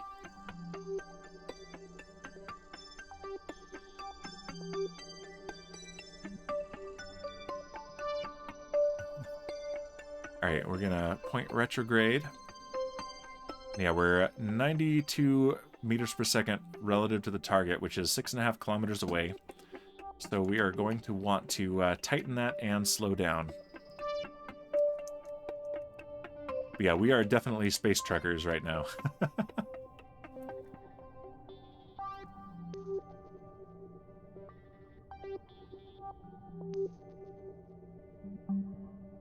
Alright, that brings us within a kilometer at closest approach.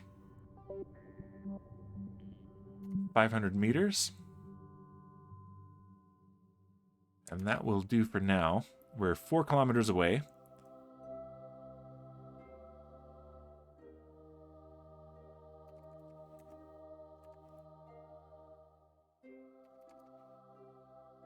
Alright, let's get within a couple kilometers and then do our final correction burn.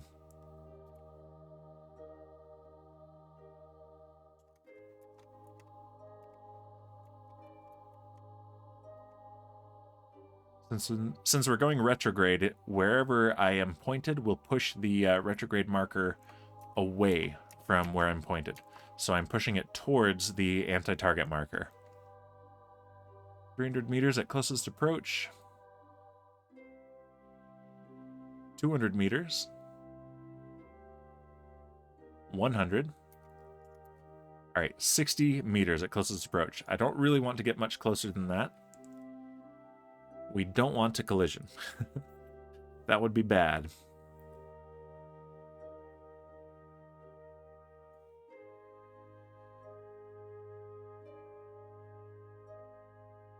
All right, we're 600 meters away.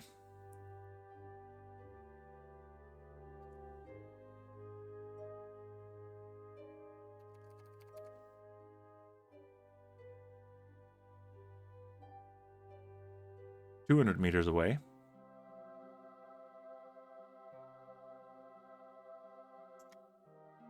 Now we need to slow down.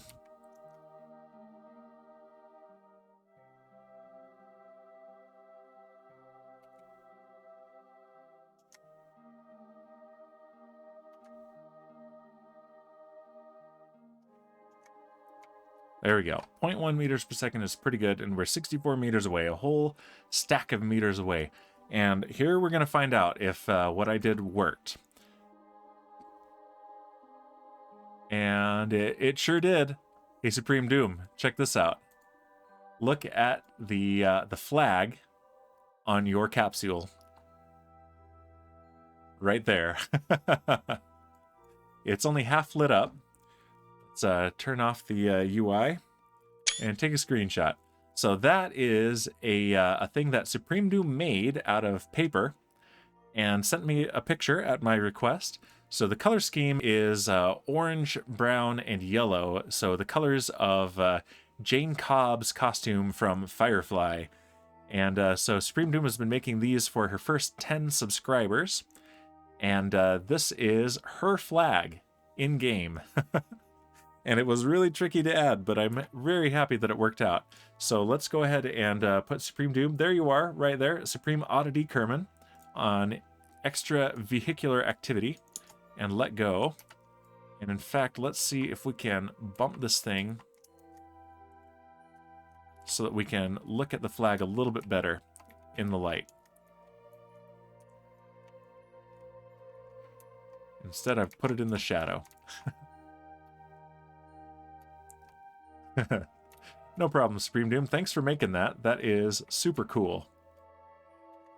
All right, let's switch to this ship and do locked camera so we can get a nice view of it in the light. There we go. It does look great. Thanks for making that. I really love it. But yeah, here is Supreme Oddity Kerman. Let's get her some better lighting. There we go. Look, she is so excited about that. So excited about being rescued. There we go. And now we've got to get her back to the rescue ship, which is right there.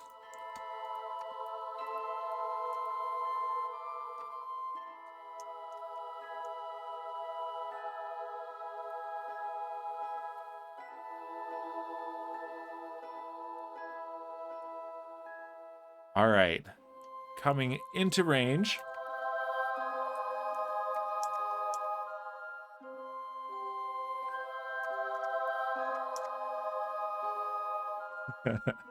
Supreme Doom says, you know what makes me very happy? The butterfly wings are quite symmetrical.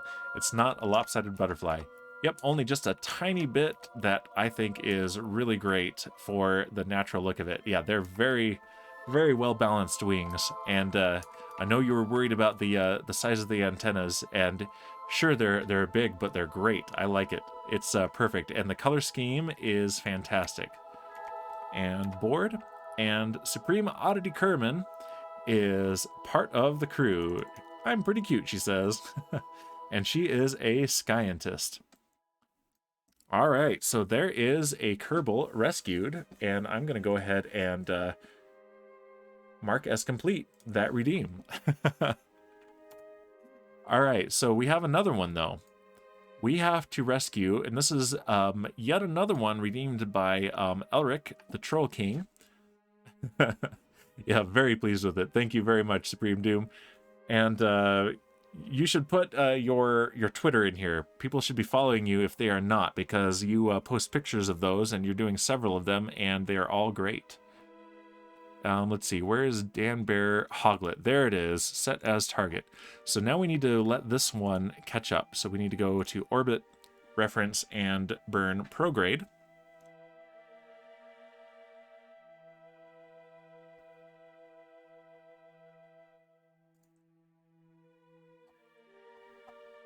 And can I... No. Let's just pin this so we can see the intersect position. And all right, we're going to burn prograde so that we can make our orbit take longer so that this capsule can catch up to us.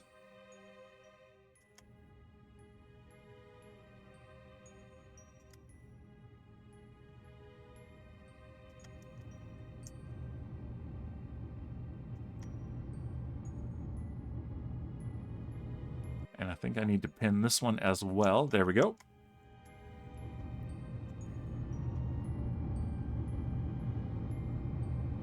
Yeah, that's the one we're going to be going for. So we're watching these two indicators come right together.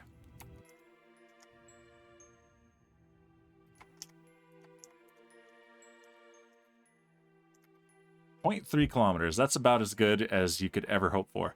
All right, and that is 1 orbit later, so in 38 minutes. So let's go ahead and warp here. So we have about 5 minutes of lead time.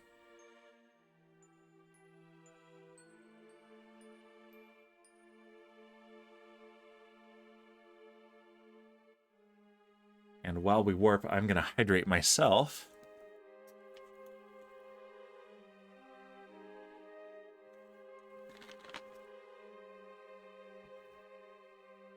There we go. All right, yeah, we are 5 minutes away from our intersect. Let's go into target reference and point retrograde because we're going to need to slow down, but I don't think we need to adjust our approach at all. It's a lot farther away than Supreme Doom's was, but it's not that bad. It's just a 1/4 of a kilometer. Not too terrible for an EVA. And there I am, right down there. This is the second one that Elric has redeemed that's named after me. So I believe the idea was in honor of my my twins. That's right. It snapped here because the persistent rotation mod always uses the planetary reference. So I forgot I need to go to stability assist mode rather than retrograde mode. So we'll do that in just a moment here.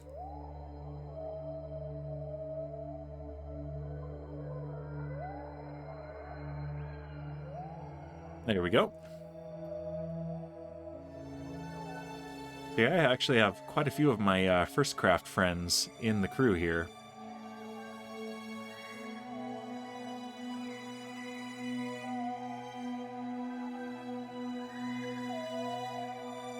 All right, we are 10 kilometers away. 5. You saved us all, Dan. Basically.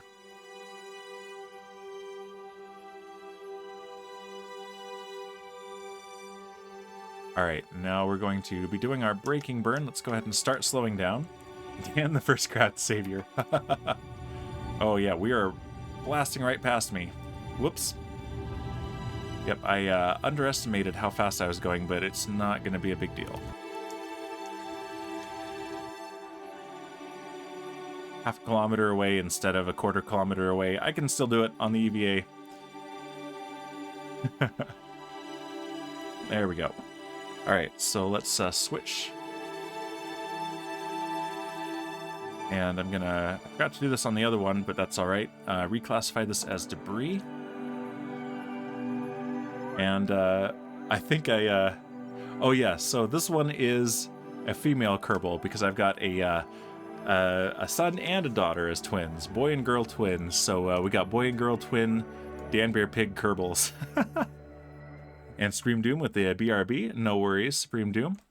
Especially since you're tired, if you have to go, it's not a problem. I'm just glad I could show you your art in-game. And where is the rescue ship from here? There it is.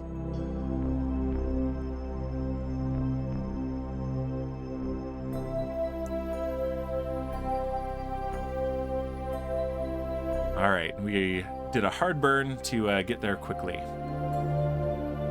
Approaching at 21.6 meters per second.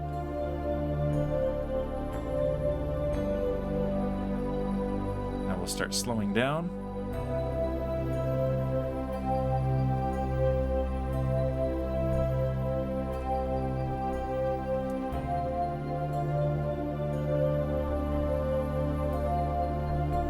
And here we come on our final approach.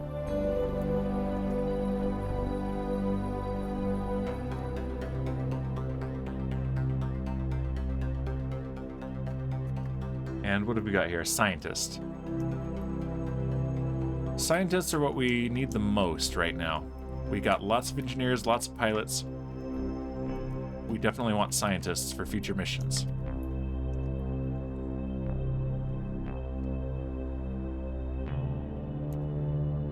And board. There we go. Let's take a look at our notifications here. So we've got Supreme Oddity Kerman has been rescued. and added to the crew, and so has Dan Bear Hoglet. So we have Dan Bear Piglet and Dan Bear Hoglet as part of our crew. And we have quite a crew on board this ship right now. Yeah, we have Burke, Bowsy, Monchi, Keelon Musk, Elric the Troll King, Dan Bear Piglet, Supreme Oddity, and Dan Bear Hoglet, and our pilot Raider. So these are all viewer-redeemed Kerbals on this ship right now. A full crew. How many is that? 1, 2, 3, 4, 5, 6, 7, 8, 9. That's 9 out of, I believe, 12 will fit. I think this fits 4, and so do these. So either 10 or 12 Kerbals will fit on this ship. So yeah, we've got a full crew, which is very fun. Let's take them back to the station. Set Arcadia Station as the target. And yeah, we need to catch up. So if I do a maneuver here,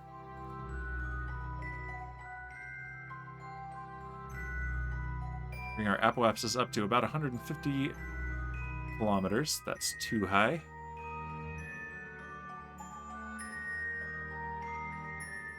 Right there, and yeah, I need to do it pretty much right away, or wait several orbits. Yep, let's just do it right away.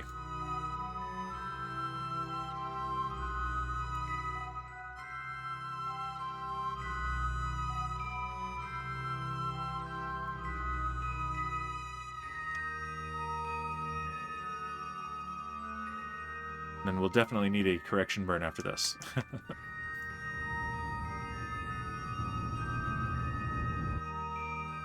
Alright, yeah, we'll have a separation of 58 kilometers, which is not super close, but that will be okay. And that is in 21 minutes, so if we warp to here, that gives us about 7 minutes of lead time.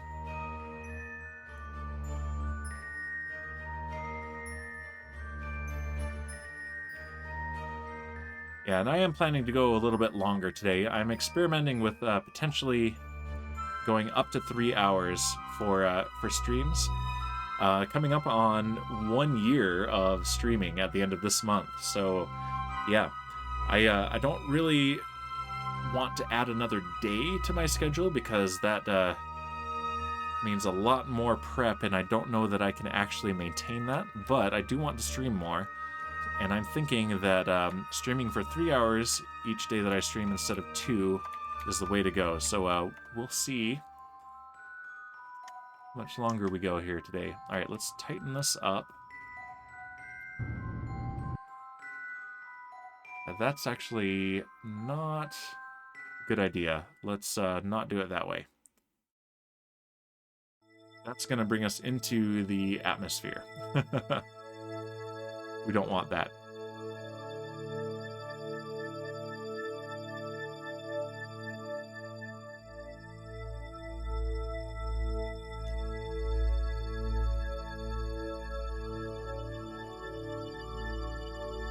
If I point this way... Yeah, we're going to have to get closer before I can do that. So what we're probably going to have to do is match orbit and then change it slightly so that we can catch up to the station. Or rather, let the station catch up to us.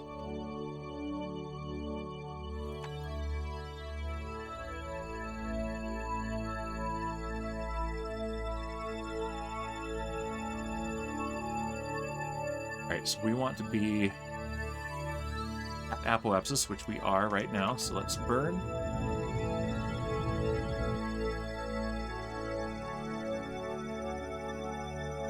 Alright, so we have the secondary approach right here.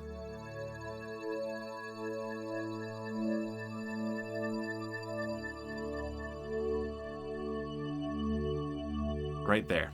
Okay. And that's the one that we're going to be aiming for. 50, 40, 30, 20. All right, 12.7. That's a whole lot better than 50. And that is in 27 minutes. Let's warp to here. So we get about 5-6 minutes of lead time.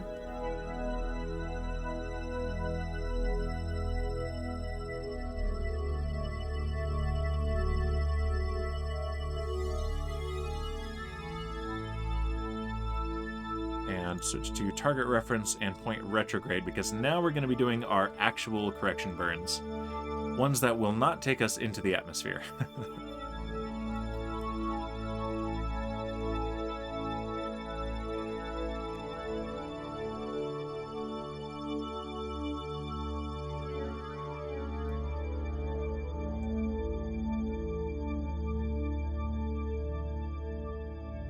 Let's get closer, because this is not giving me a very good angle for a correction.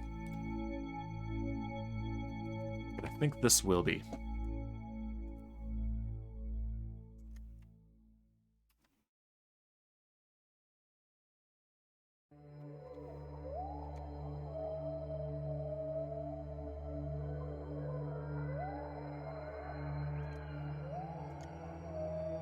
Yeah, there we go. Now it's coming down. 12 kilometers, 11, 10, 9, 8, 7, 6, 5, 4, 3, 2, 1. There we go. Back, says Supreme Doom. Welcome back. We are making our approach to the station so that you can blast off. Not quite. We're already in orbit. But we're coming back to the station so that we can actually rescue you fully and return you to the surface of the planet.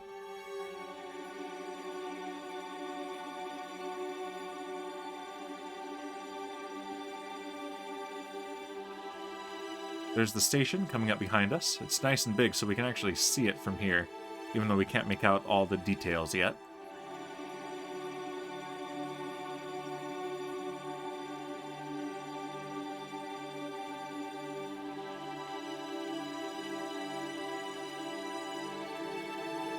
Let's do another minor correction.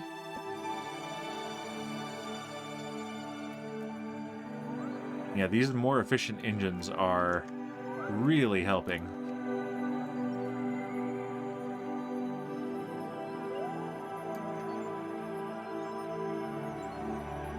All right, we are 614 meters at closest approach.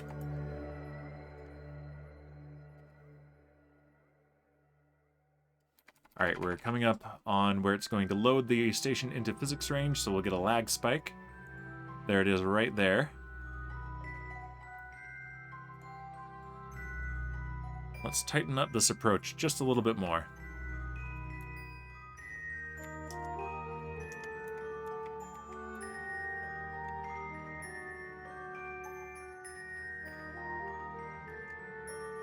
$180 meters, that is pretty good.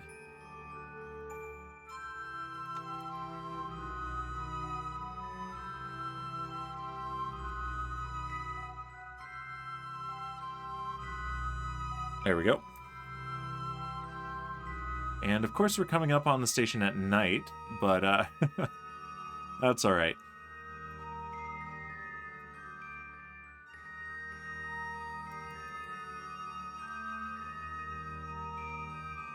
We're going to line up with the side, and then we're going to come in for our final docking approach.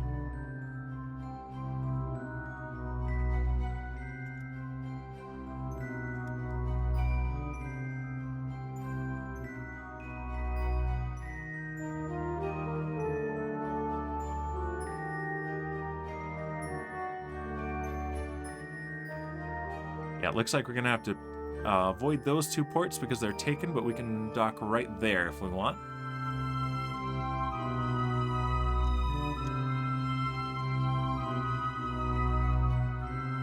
All right, so let's change the control point to our docking port, which we will open.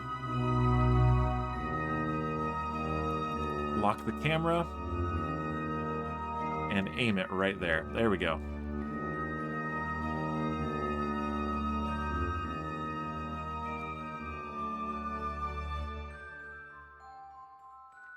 And yeah, I don't know how well you guys can see it, but we've got 2 ships docked, and so we want to choose this docking port here. I can't believe I managed that on the first click. All right, turn on the maneuvering thrusters.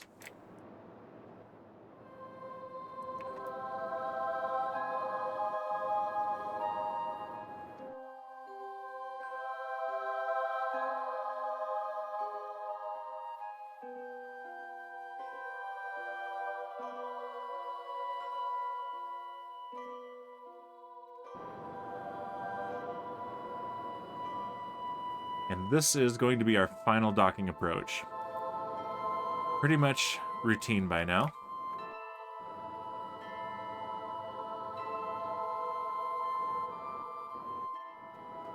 One thing about doing this at night is that you can see the engine plumes very nicely.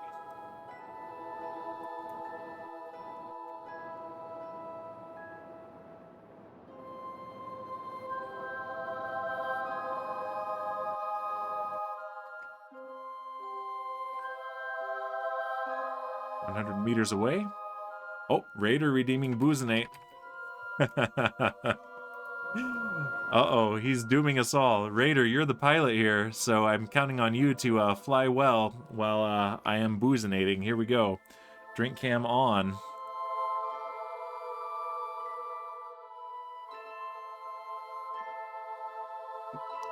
There we go.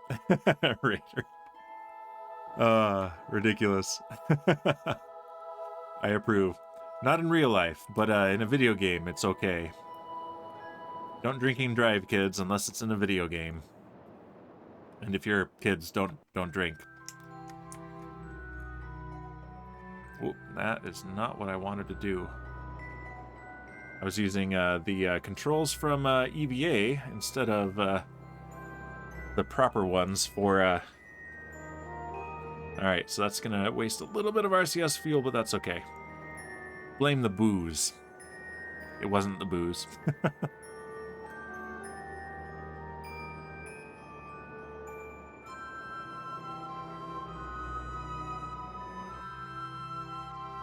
There we go, coming back up here, and it looks like the sun is about to come up, so we'll have some better lighting. Oh, thank you for the beverage cam reminder.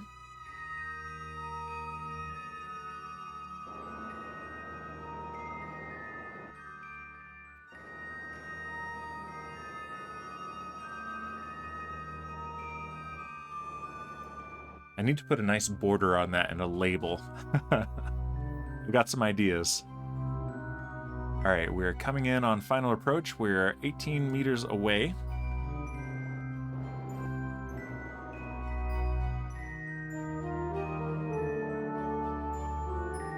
And yep, we're getting a little bit of lighting from onboard lights, and the sun is about to peek over the horizon there.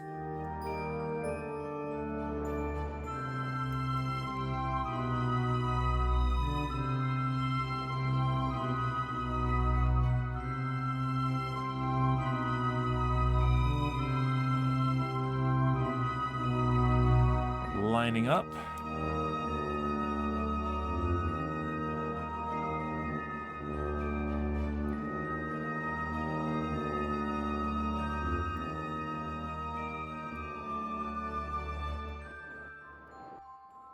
We have lots of maneuvering thrusters on here, and they sure do come in handy when doing this.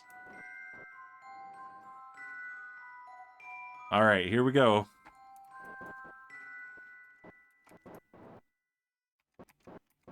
Yep, there's the light from the sunrise right there. We got some golden hour lighting as we come in for our docking.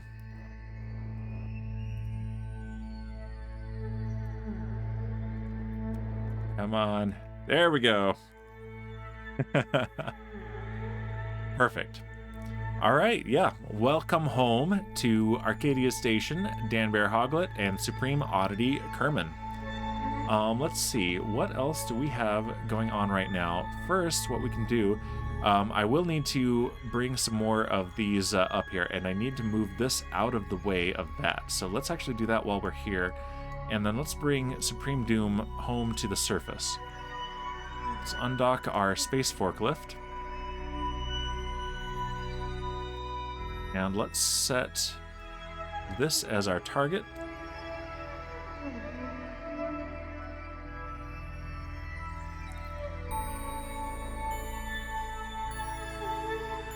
And let's actually use this camera. There we go. I love this view so much.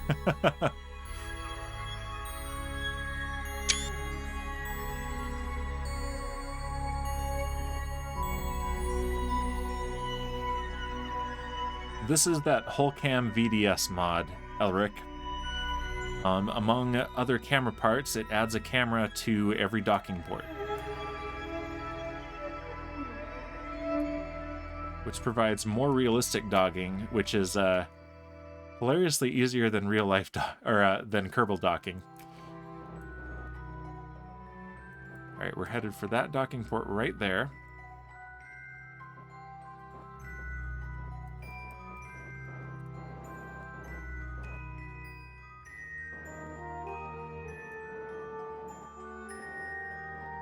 And what's our fuel looking like? Pretty good. There we go.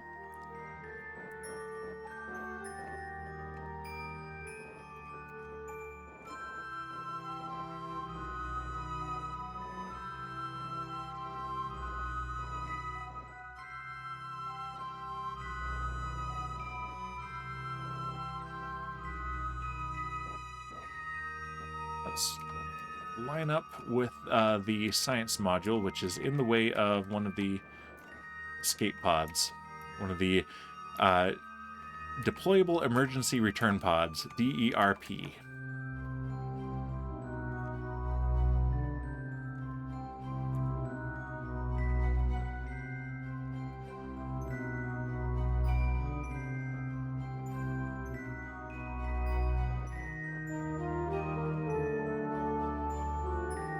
And we have contact any moment here. There we go, contact. Now we need to undock right here.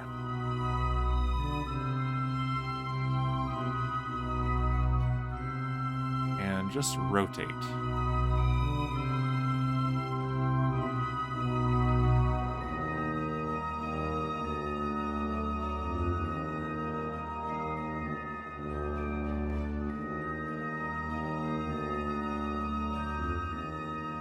Set this as our target.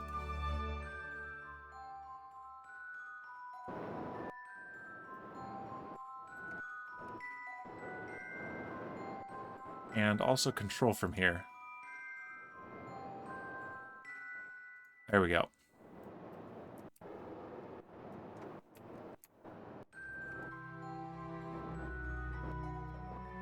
And that should be pretty good.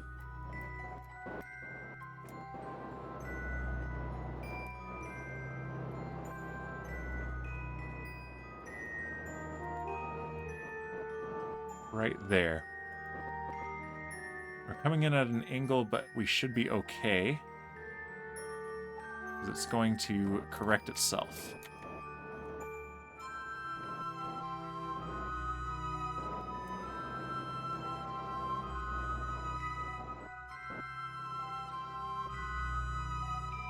Yeah, we're still lined up the way I'd like.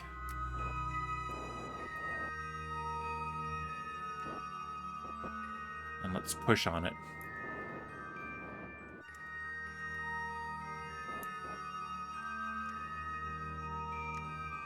Use the main engines just a little bit.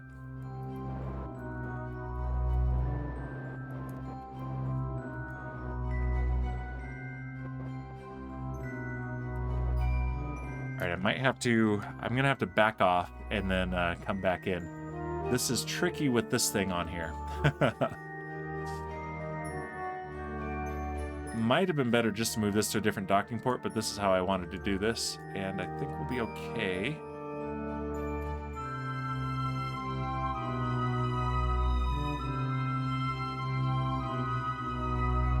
Let's aim the camera there too.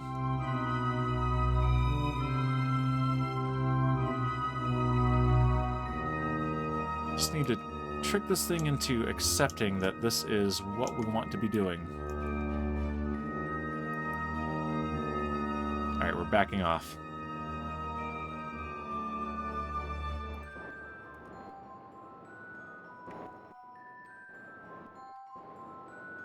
Well, backing off doesn't seem to be doing what I'm expecting. There we go. Yeah, we're working with very unwieldy things here. And I think we're fighting against the magnet, which is actually a good sign that it's going to let me do this docking. See if the magnet will just do the work. Come on, magnet, you can do it. Magnets are magic, right? They can do it.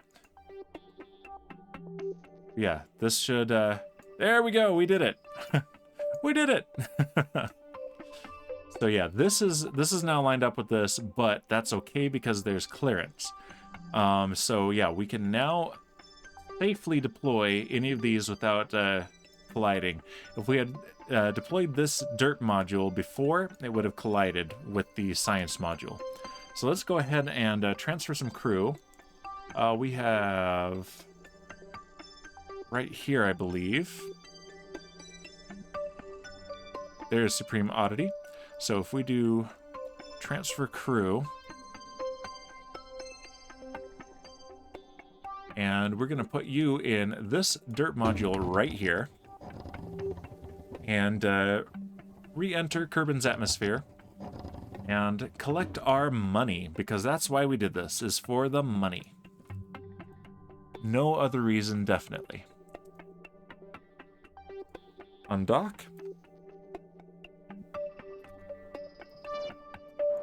And let's get clear of the station.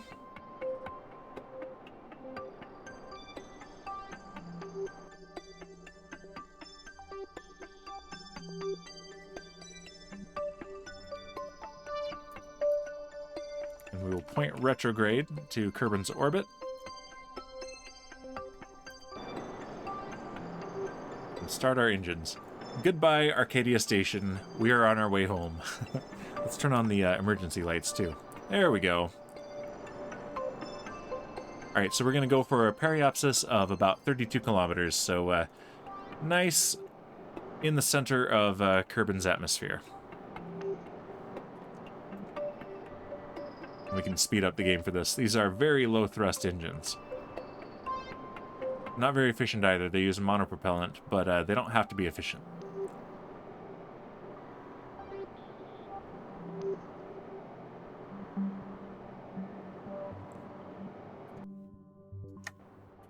There we go, about 32 kilometers. And so now we can just time warp until we re-enter Kerbin's atmosphere.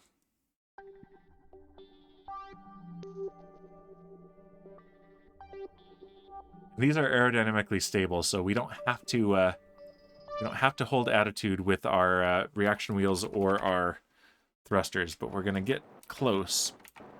Just put it in generally the right attitude and then turn all of that off. And aerodynamics will take care of the rest. Let's open up our camera tools mod here and target self, auto flyby position. That's perfect. That's just what we want. So once we start getting our reentry effects, we can get a cool shot of this streaking through the atmosphere, trailing fire. There we go.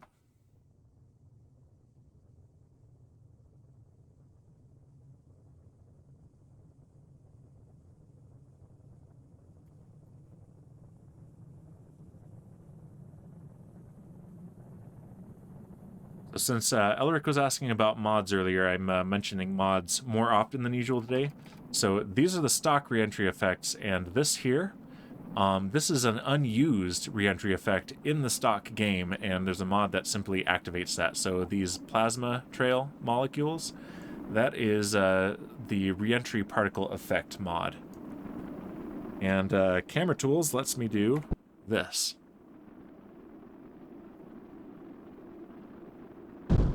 Complete with a sonic boom. It's the closest thing Kerbal Space Program has to the replay mod. It is not the same, it doesn't do replays, but it is a very powerful camera mod, and you can even make camera paths. And it has some automated presets, including the auto flyby.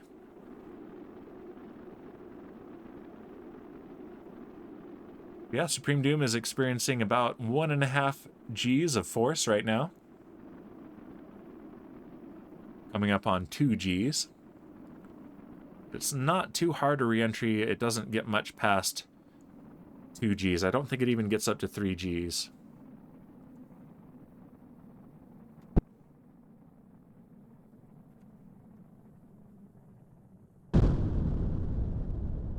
Yeah, and we are through the plasma blackout. About 2.5 Gs.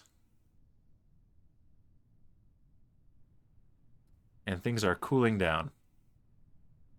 And we barely even touched the ablator, so...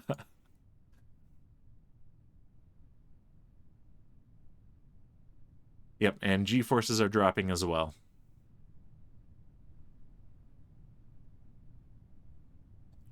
Yeah, of course we're coming down at night. We're going to splash down in Kerbin's Oceans.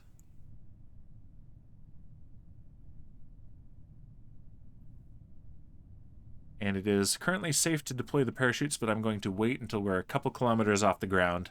Otherwise, it will take a very long time for this descent.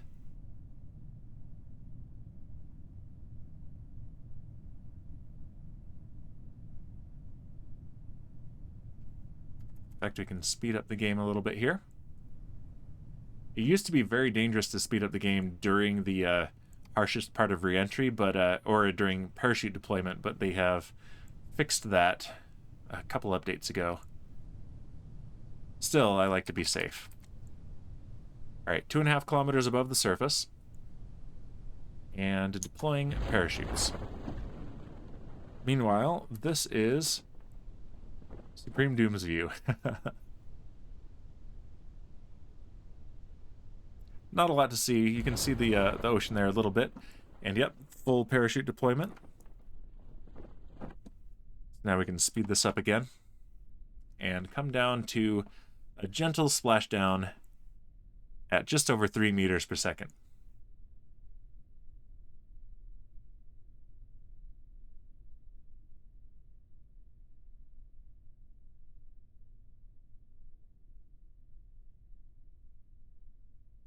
.600 meters above the surface of Kerbin's Oceans.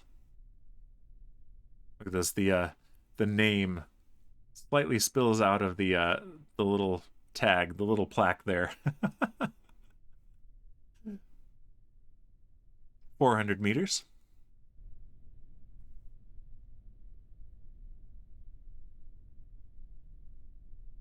.300 meters, and it looks like she is excited to finally get some snacks. She was stranded up there in space for so long. 200 meters.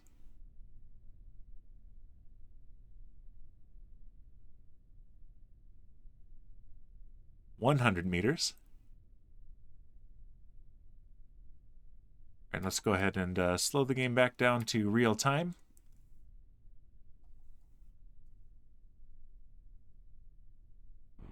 And splash down just in time for another Boozinate from Raider. Thank you, Raider. Looking after me here.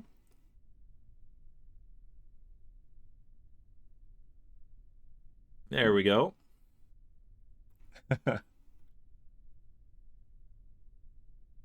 That's better. Very good. All right, but now we can recover the vessel, and this officially completes the contract. Let's celebrate, says Raider. Yeah!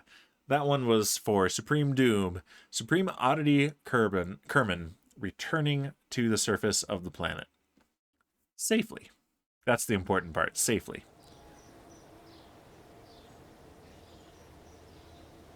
And there it is. And ready for her next assignment and advance to a level 1 scientist. Fantastic. Let's see what I've got available for contracts. Moho Stone complex scan of the rover arm. We are not ready to send a rover to Moho. Nope, nope, nope. Let's bring another one home. We've got all 4 of these, but we only have 2 more of the return pods. I'm gonna have to make a bigger return pod, or I do have a node ready that will let me attach 4 to each of those docking ports. I'll need to send that up. Okay, let's go back to Arcadia Station.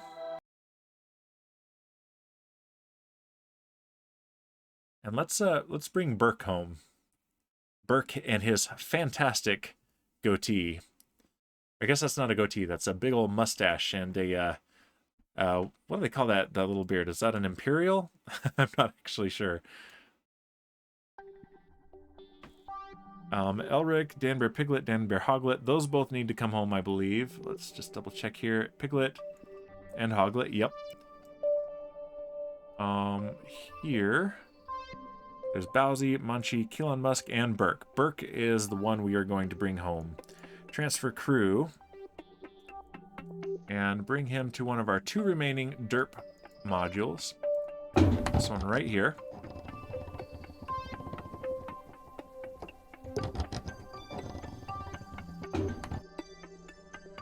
Excellent. And yeah, we're detaching at night, but hopefully we'll land during the day. Hopefully that's what this will mean. Right docking port. There we go. And he is away. And yeah, this is the one that would have collided with the science module if we hadn't rotated this part of the station just a little bit.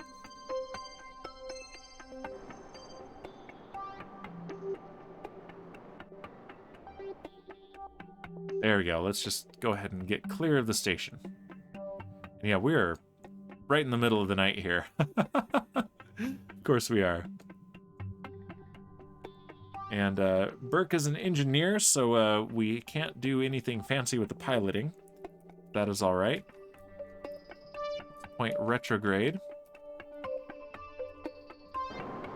And burn hard. Once again, goodbye, Arcadia Station. We'll turn on the lights. There we go. We'll go for the same. That 32-kilometer periapsis has been doing very well for us. We haven't lost anyone to that. Of course, you know, might have cursed it by saying so.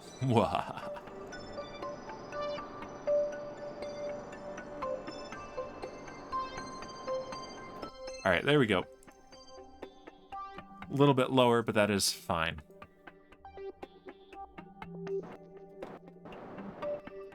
We'll fix it. There we go.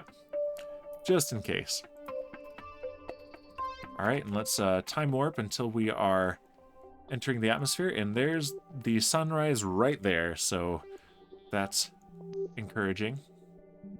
Might actually have a daytime splashdown. Alright, let's point retrograde again. There we go. And aerodynamics can take care of the rest. And target self. Now we can get these nice views with the camera tools mod. Still going pretty fast because we have not yet hit the thick part of the atmosphere. Our atmospheric drag is only 1/4 of a meter per second every second, but increasing consistently.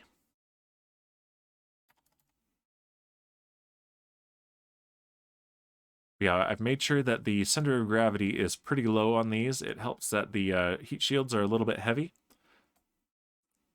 So these things are quite stable.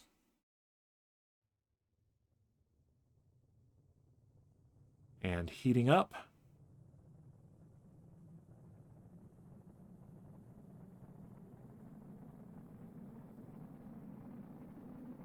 All right, we'll go ahead and slow down to real time. We're about 2/3 of a gravity right now.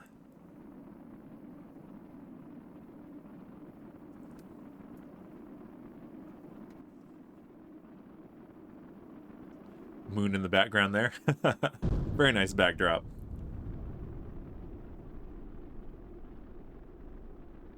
And the air is too thin for us to have heard a sonic boom there.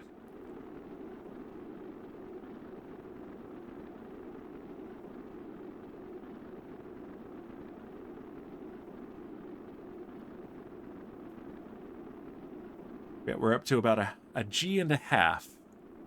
Almost 2 Gs.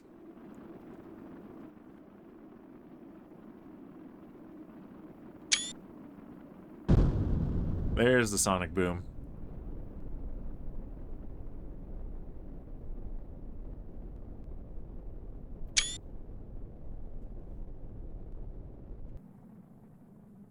All right, things are not so hot anymore. Cooling off, and he's experiencing about 2.5 Gs.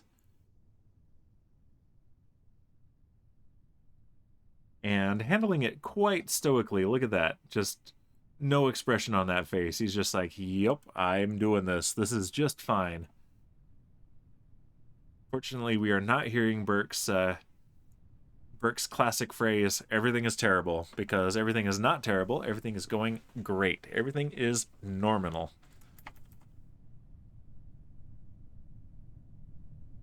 All right, we're going to splash down in the daytime.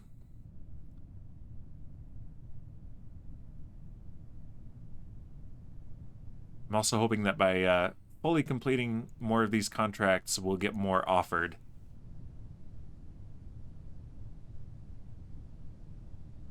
All right, we're 3 kilometers up. Let's deploy the parachutes. There we go.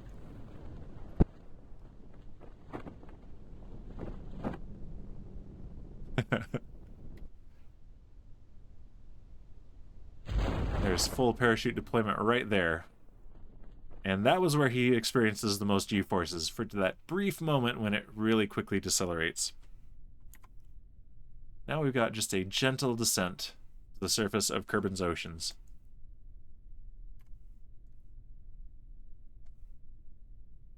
Middle of the day, too.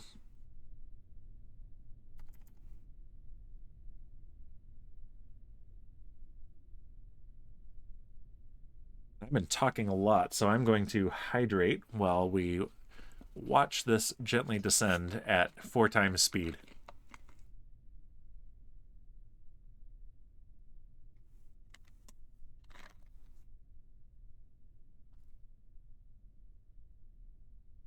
This is the kind of procedure that we do not want any excitement for. We want this to go to plan with no unexpected surprises. I think it was for Shipwreck that he was daring me to cut the chutes, so I cut 2 of the chutes.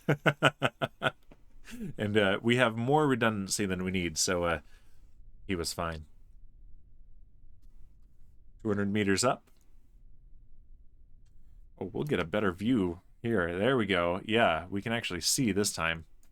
This is Burke's view.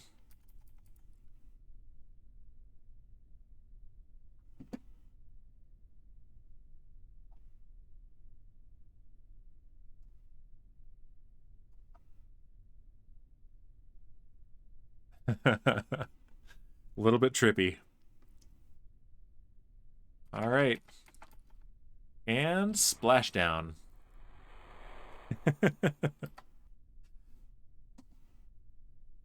And oh.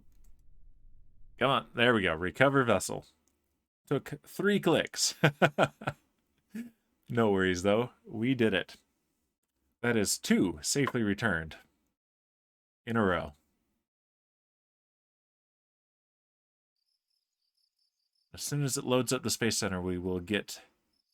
Where are the sharks? Asks Elric. Well, there's a Kraken, but it doesn't live usually in the ocean.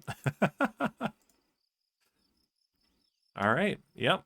And level 1 engineer now. Perfect. And let's see. Yep, here we go. Rescue Jedzi from orbit of Kerbin. We are going to accept that one.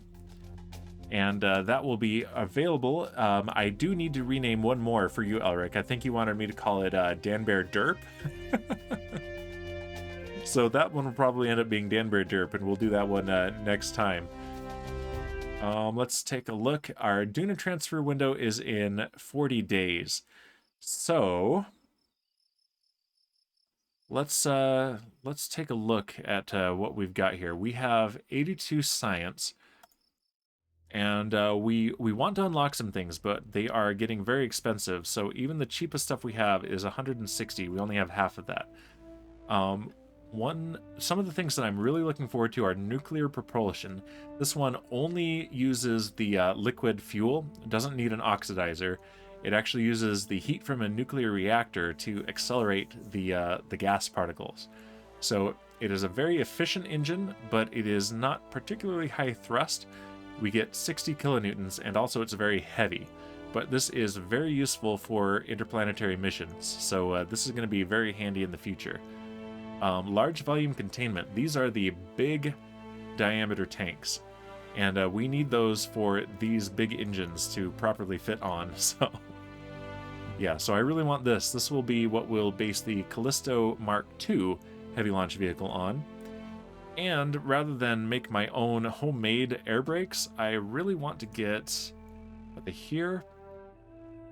Or are they in the next node? There are actual air brakes in the game. Yeah, they're here. So these cost 160. So this might be the next thing that I unlock, is these air brakes. So these are actual... these are like the grid fins on the Falcon 9, except that they're not a grid. They're just the fins. So these will be very handy for slowing a craft down in atmosphere. Not enough to land safely, but for bleeding off a lot of the velocity before landing. So this is something that we want in the near future. We also haven't done anything with planes yet, and one of the main reasons for that is that planes are really finicky in this game. Like, the aerodynamics is okay, but where I run into trouble is just simply taking off from the runway. I run into glitches in the runway that you can actually crash into. Things wobble out of control. It's really frustrating, but we will be doing some planes in the near future. For now, let's look at what other missions we have active. We've got this active, but we can't do it yet. We can't actually analyze any of the information we're getting from the satellites, because the telescopes, because we need to upgrade our tracking station, which we almost have enough to do. And in fact, if we go ahead and work with the... What is it?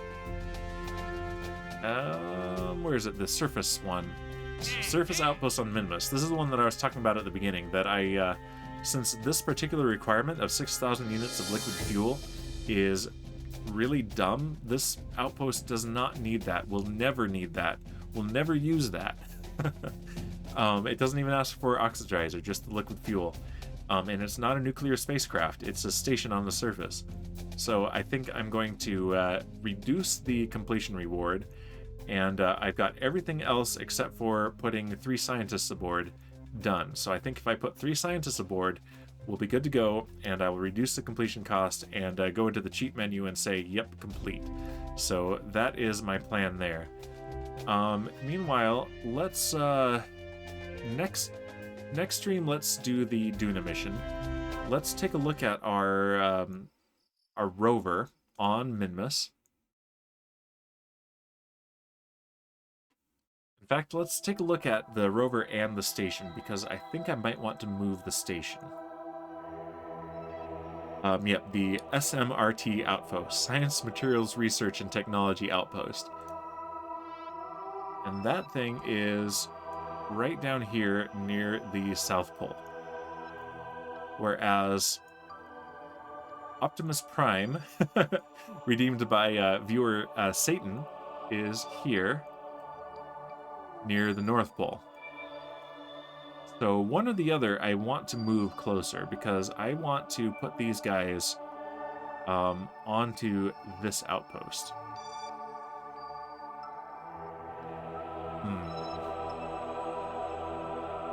Maybe what we can do is put the outpost, instead of on the pole, we can put it right here on the greater flats. So let's go ahead and do that. Let's see, the SMRT outpost, let's fly that. We're gonna have to be very careful with how we do this. But this thing has plenty of Delta V remaining. We barely used any for the landing. Landing on Minmus is very easy. There's the tank from our transfer stage. It has a tiny bit of fuel left in it, hilariously. Do I have a... Yeah, it's even got a probe core, so I could totally fly this thing. Get it out of the way. But yeah, these tanks still have most of their fuel. Yep. So, let's see. What are my action groups looking like?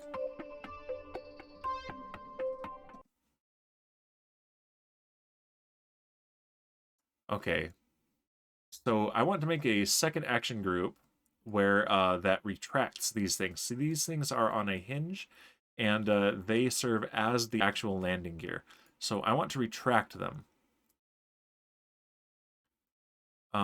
Here we go. This is what we're looking for, the computer that controls those hinges. So what we want to do, actually, we can do it right here, and toggle direction and play the sequence. So that will be enough.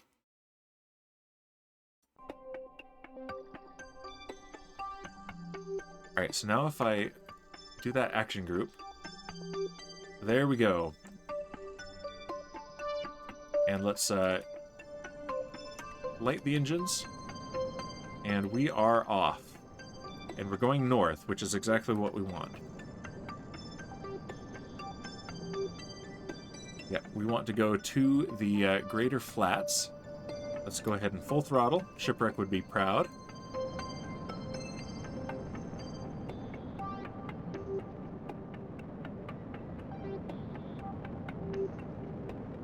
And that is where we're going to land, right there. Okay. Alright, we want to point retrograde now.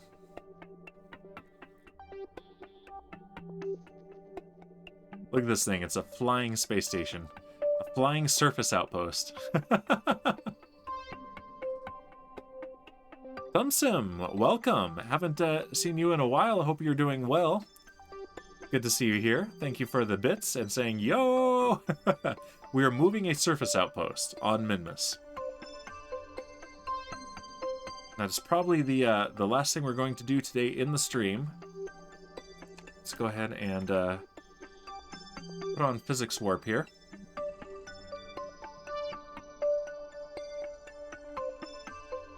Yeah, I want to put this on the flats.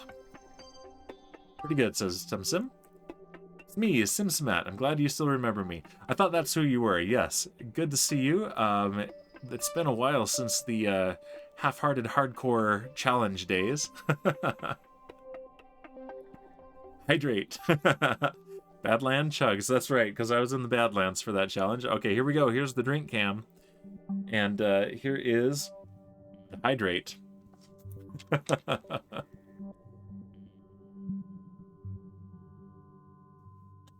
There we go. Thank you so much for the hydrate. Been talking for a while here. And this thing is just gently, not gliding because there's no atmosphere, but parabolic trajectory. And I might want to adjust to the east a bit because by the time we get here, this will have rotated into our way. So let's see. I go east.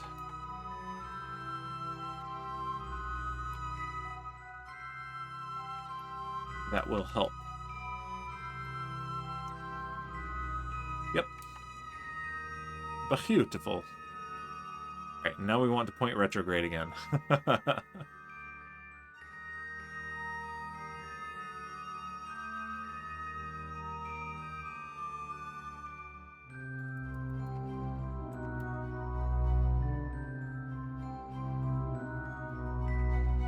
Alright. We are now above the Greater Flats, but we want to get a little bit closer. In 3 minutes, we will be at our point for our suicide burn. And we're going to play it a little bit more cautiously than that. But yeah, now, every time I do the action group, the first action group, it will reverse the direction of the program and execute it. So that means I have a toggle now for my landing gear / entrances into the base. SMRT Outpost, Science, Materials, Research, and Technology Outpost. And there's no one aboard, so if the worst happens and we crash, no one is at risk. Let's go ahead and time warp just a bit.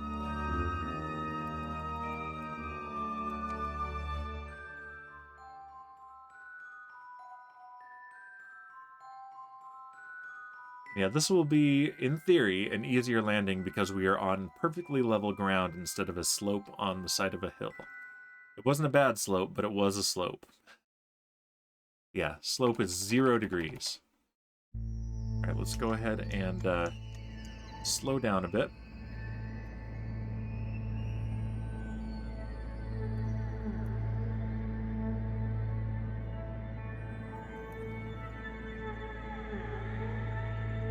And descend vertically instead of at an angle.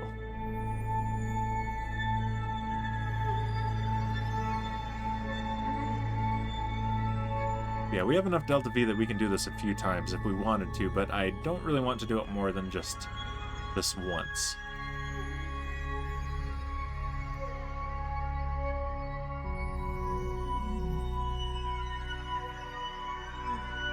All right, here we go. And it is nice that we're doing this in the daytime. All right, let's go ahead and do a light burn and slow down.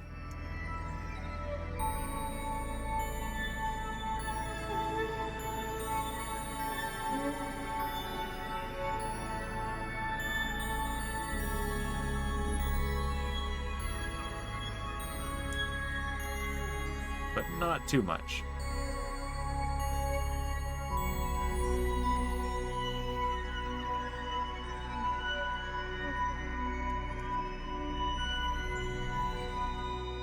Meters per second.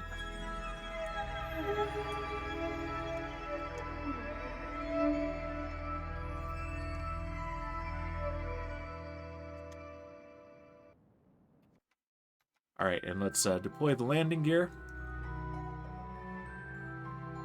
Excellent. That is about as perfect a landing as we could expect from this hilarious and ridiculous design.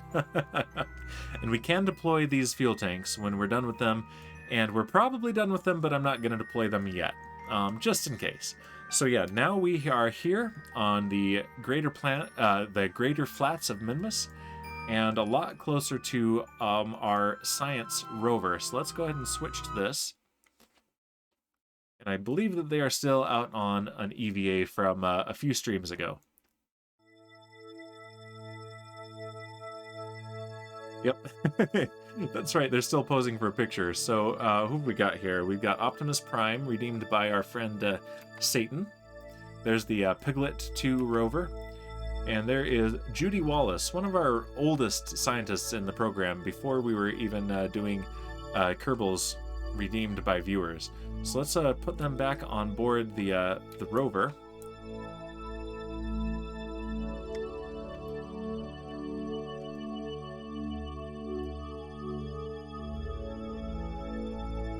And we're not going to drive all the way back on stream. That's going to take quite a while. So I'll probably do a lot of the driving between streams. But I'd like to get these guys on the station. One of them is a scientist, I believe she is. Yep, she's the scientist, and Optimus Prime is the engineer. And the reason we have an engineer as our driver instead of a pilot is so that when inevitably we break apart, we can fix it. All right, grab and board. Judy is aboard, and now we got Optimus Prime Kerman.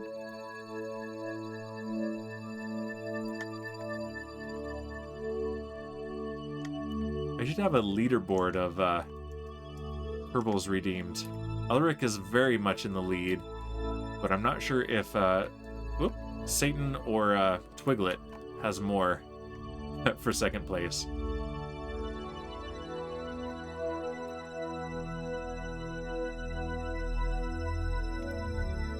Alright, let's get closer, and let's actually activate the helmet cam. There we go. Woo. That is really difficult.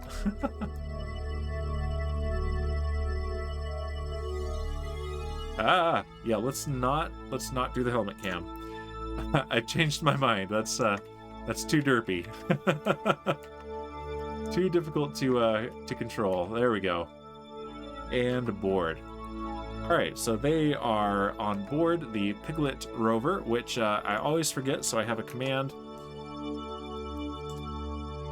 This is named by Pro Kitman, a fellow First Craft member, the Piglet Rover, profuse integration of geologic exploration and telecommunications. Thank you for the clever backronym, ProKit Man. All right, we need to make Smart Outpost the target. Go to surface reference, and yep, that is almost due south. So let's take the brake off. Let's retract the antenna because that is at risk. Yeah, we were sampling the olivine formation here. And our electric charge is pretty low because we are in shade. But we should do better as soon as we are in the sun. Yep. Much better. We're still draining the battery because the sun is very low, but at about half the rate we were in the shade. Alright,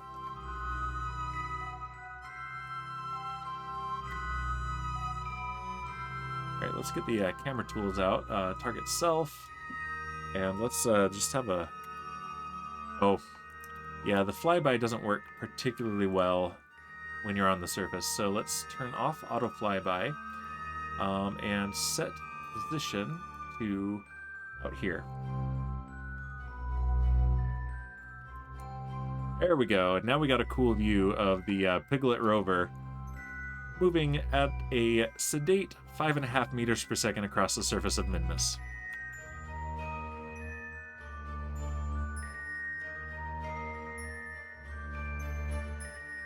Very nice.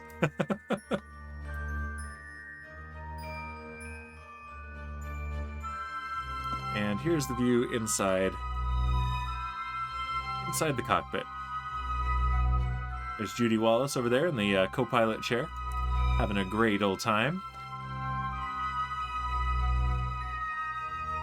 And yeah, we've got quite a journey ahead of us, so I'm going to do this off camera, and I think we're going to go ahead and call it there. So this has been a lot of fun.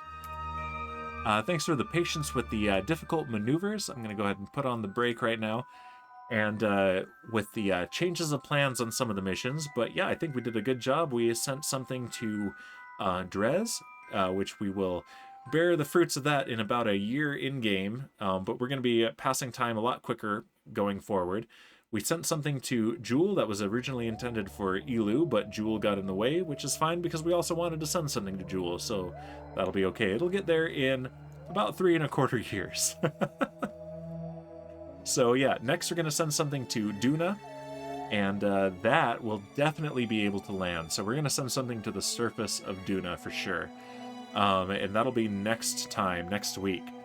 So yeah, with that, we're going to call it a stream. I'm going to bring these guys over to the SMRT outpost between streams. But first, I need to help out with dinner and the kids. So, thank you everyone who joined.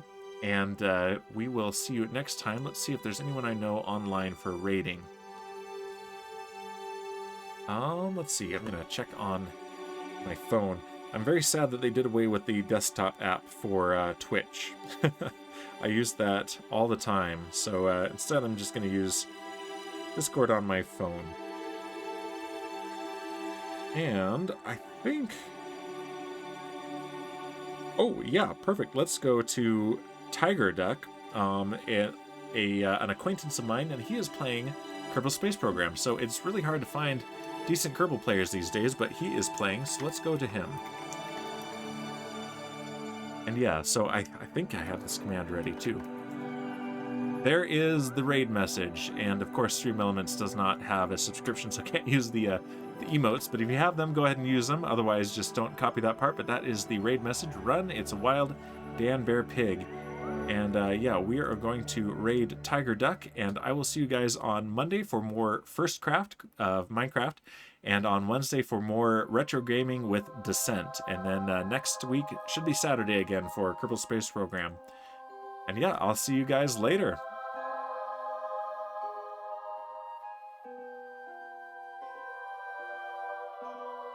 Here we go. Bye!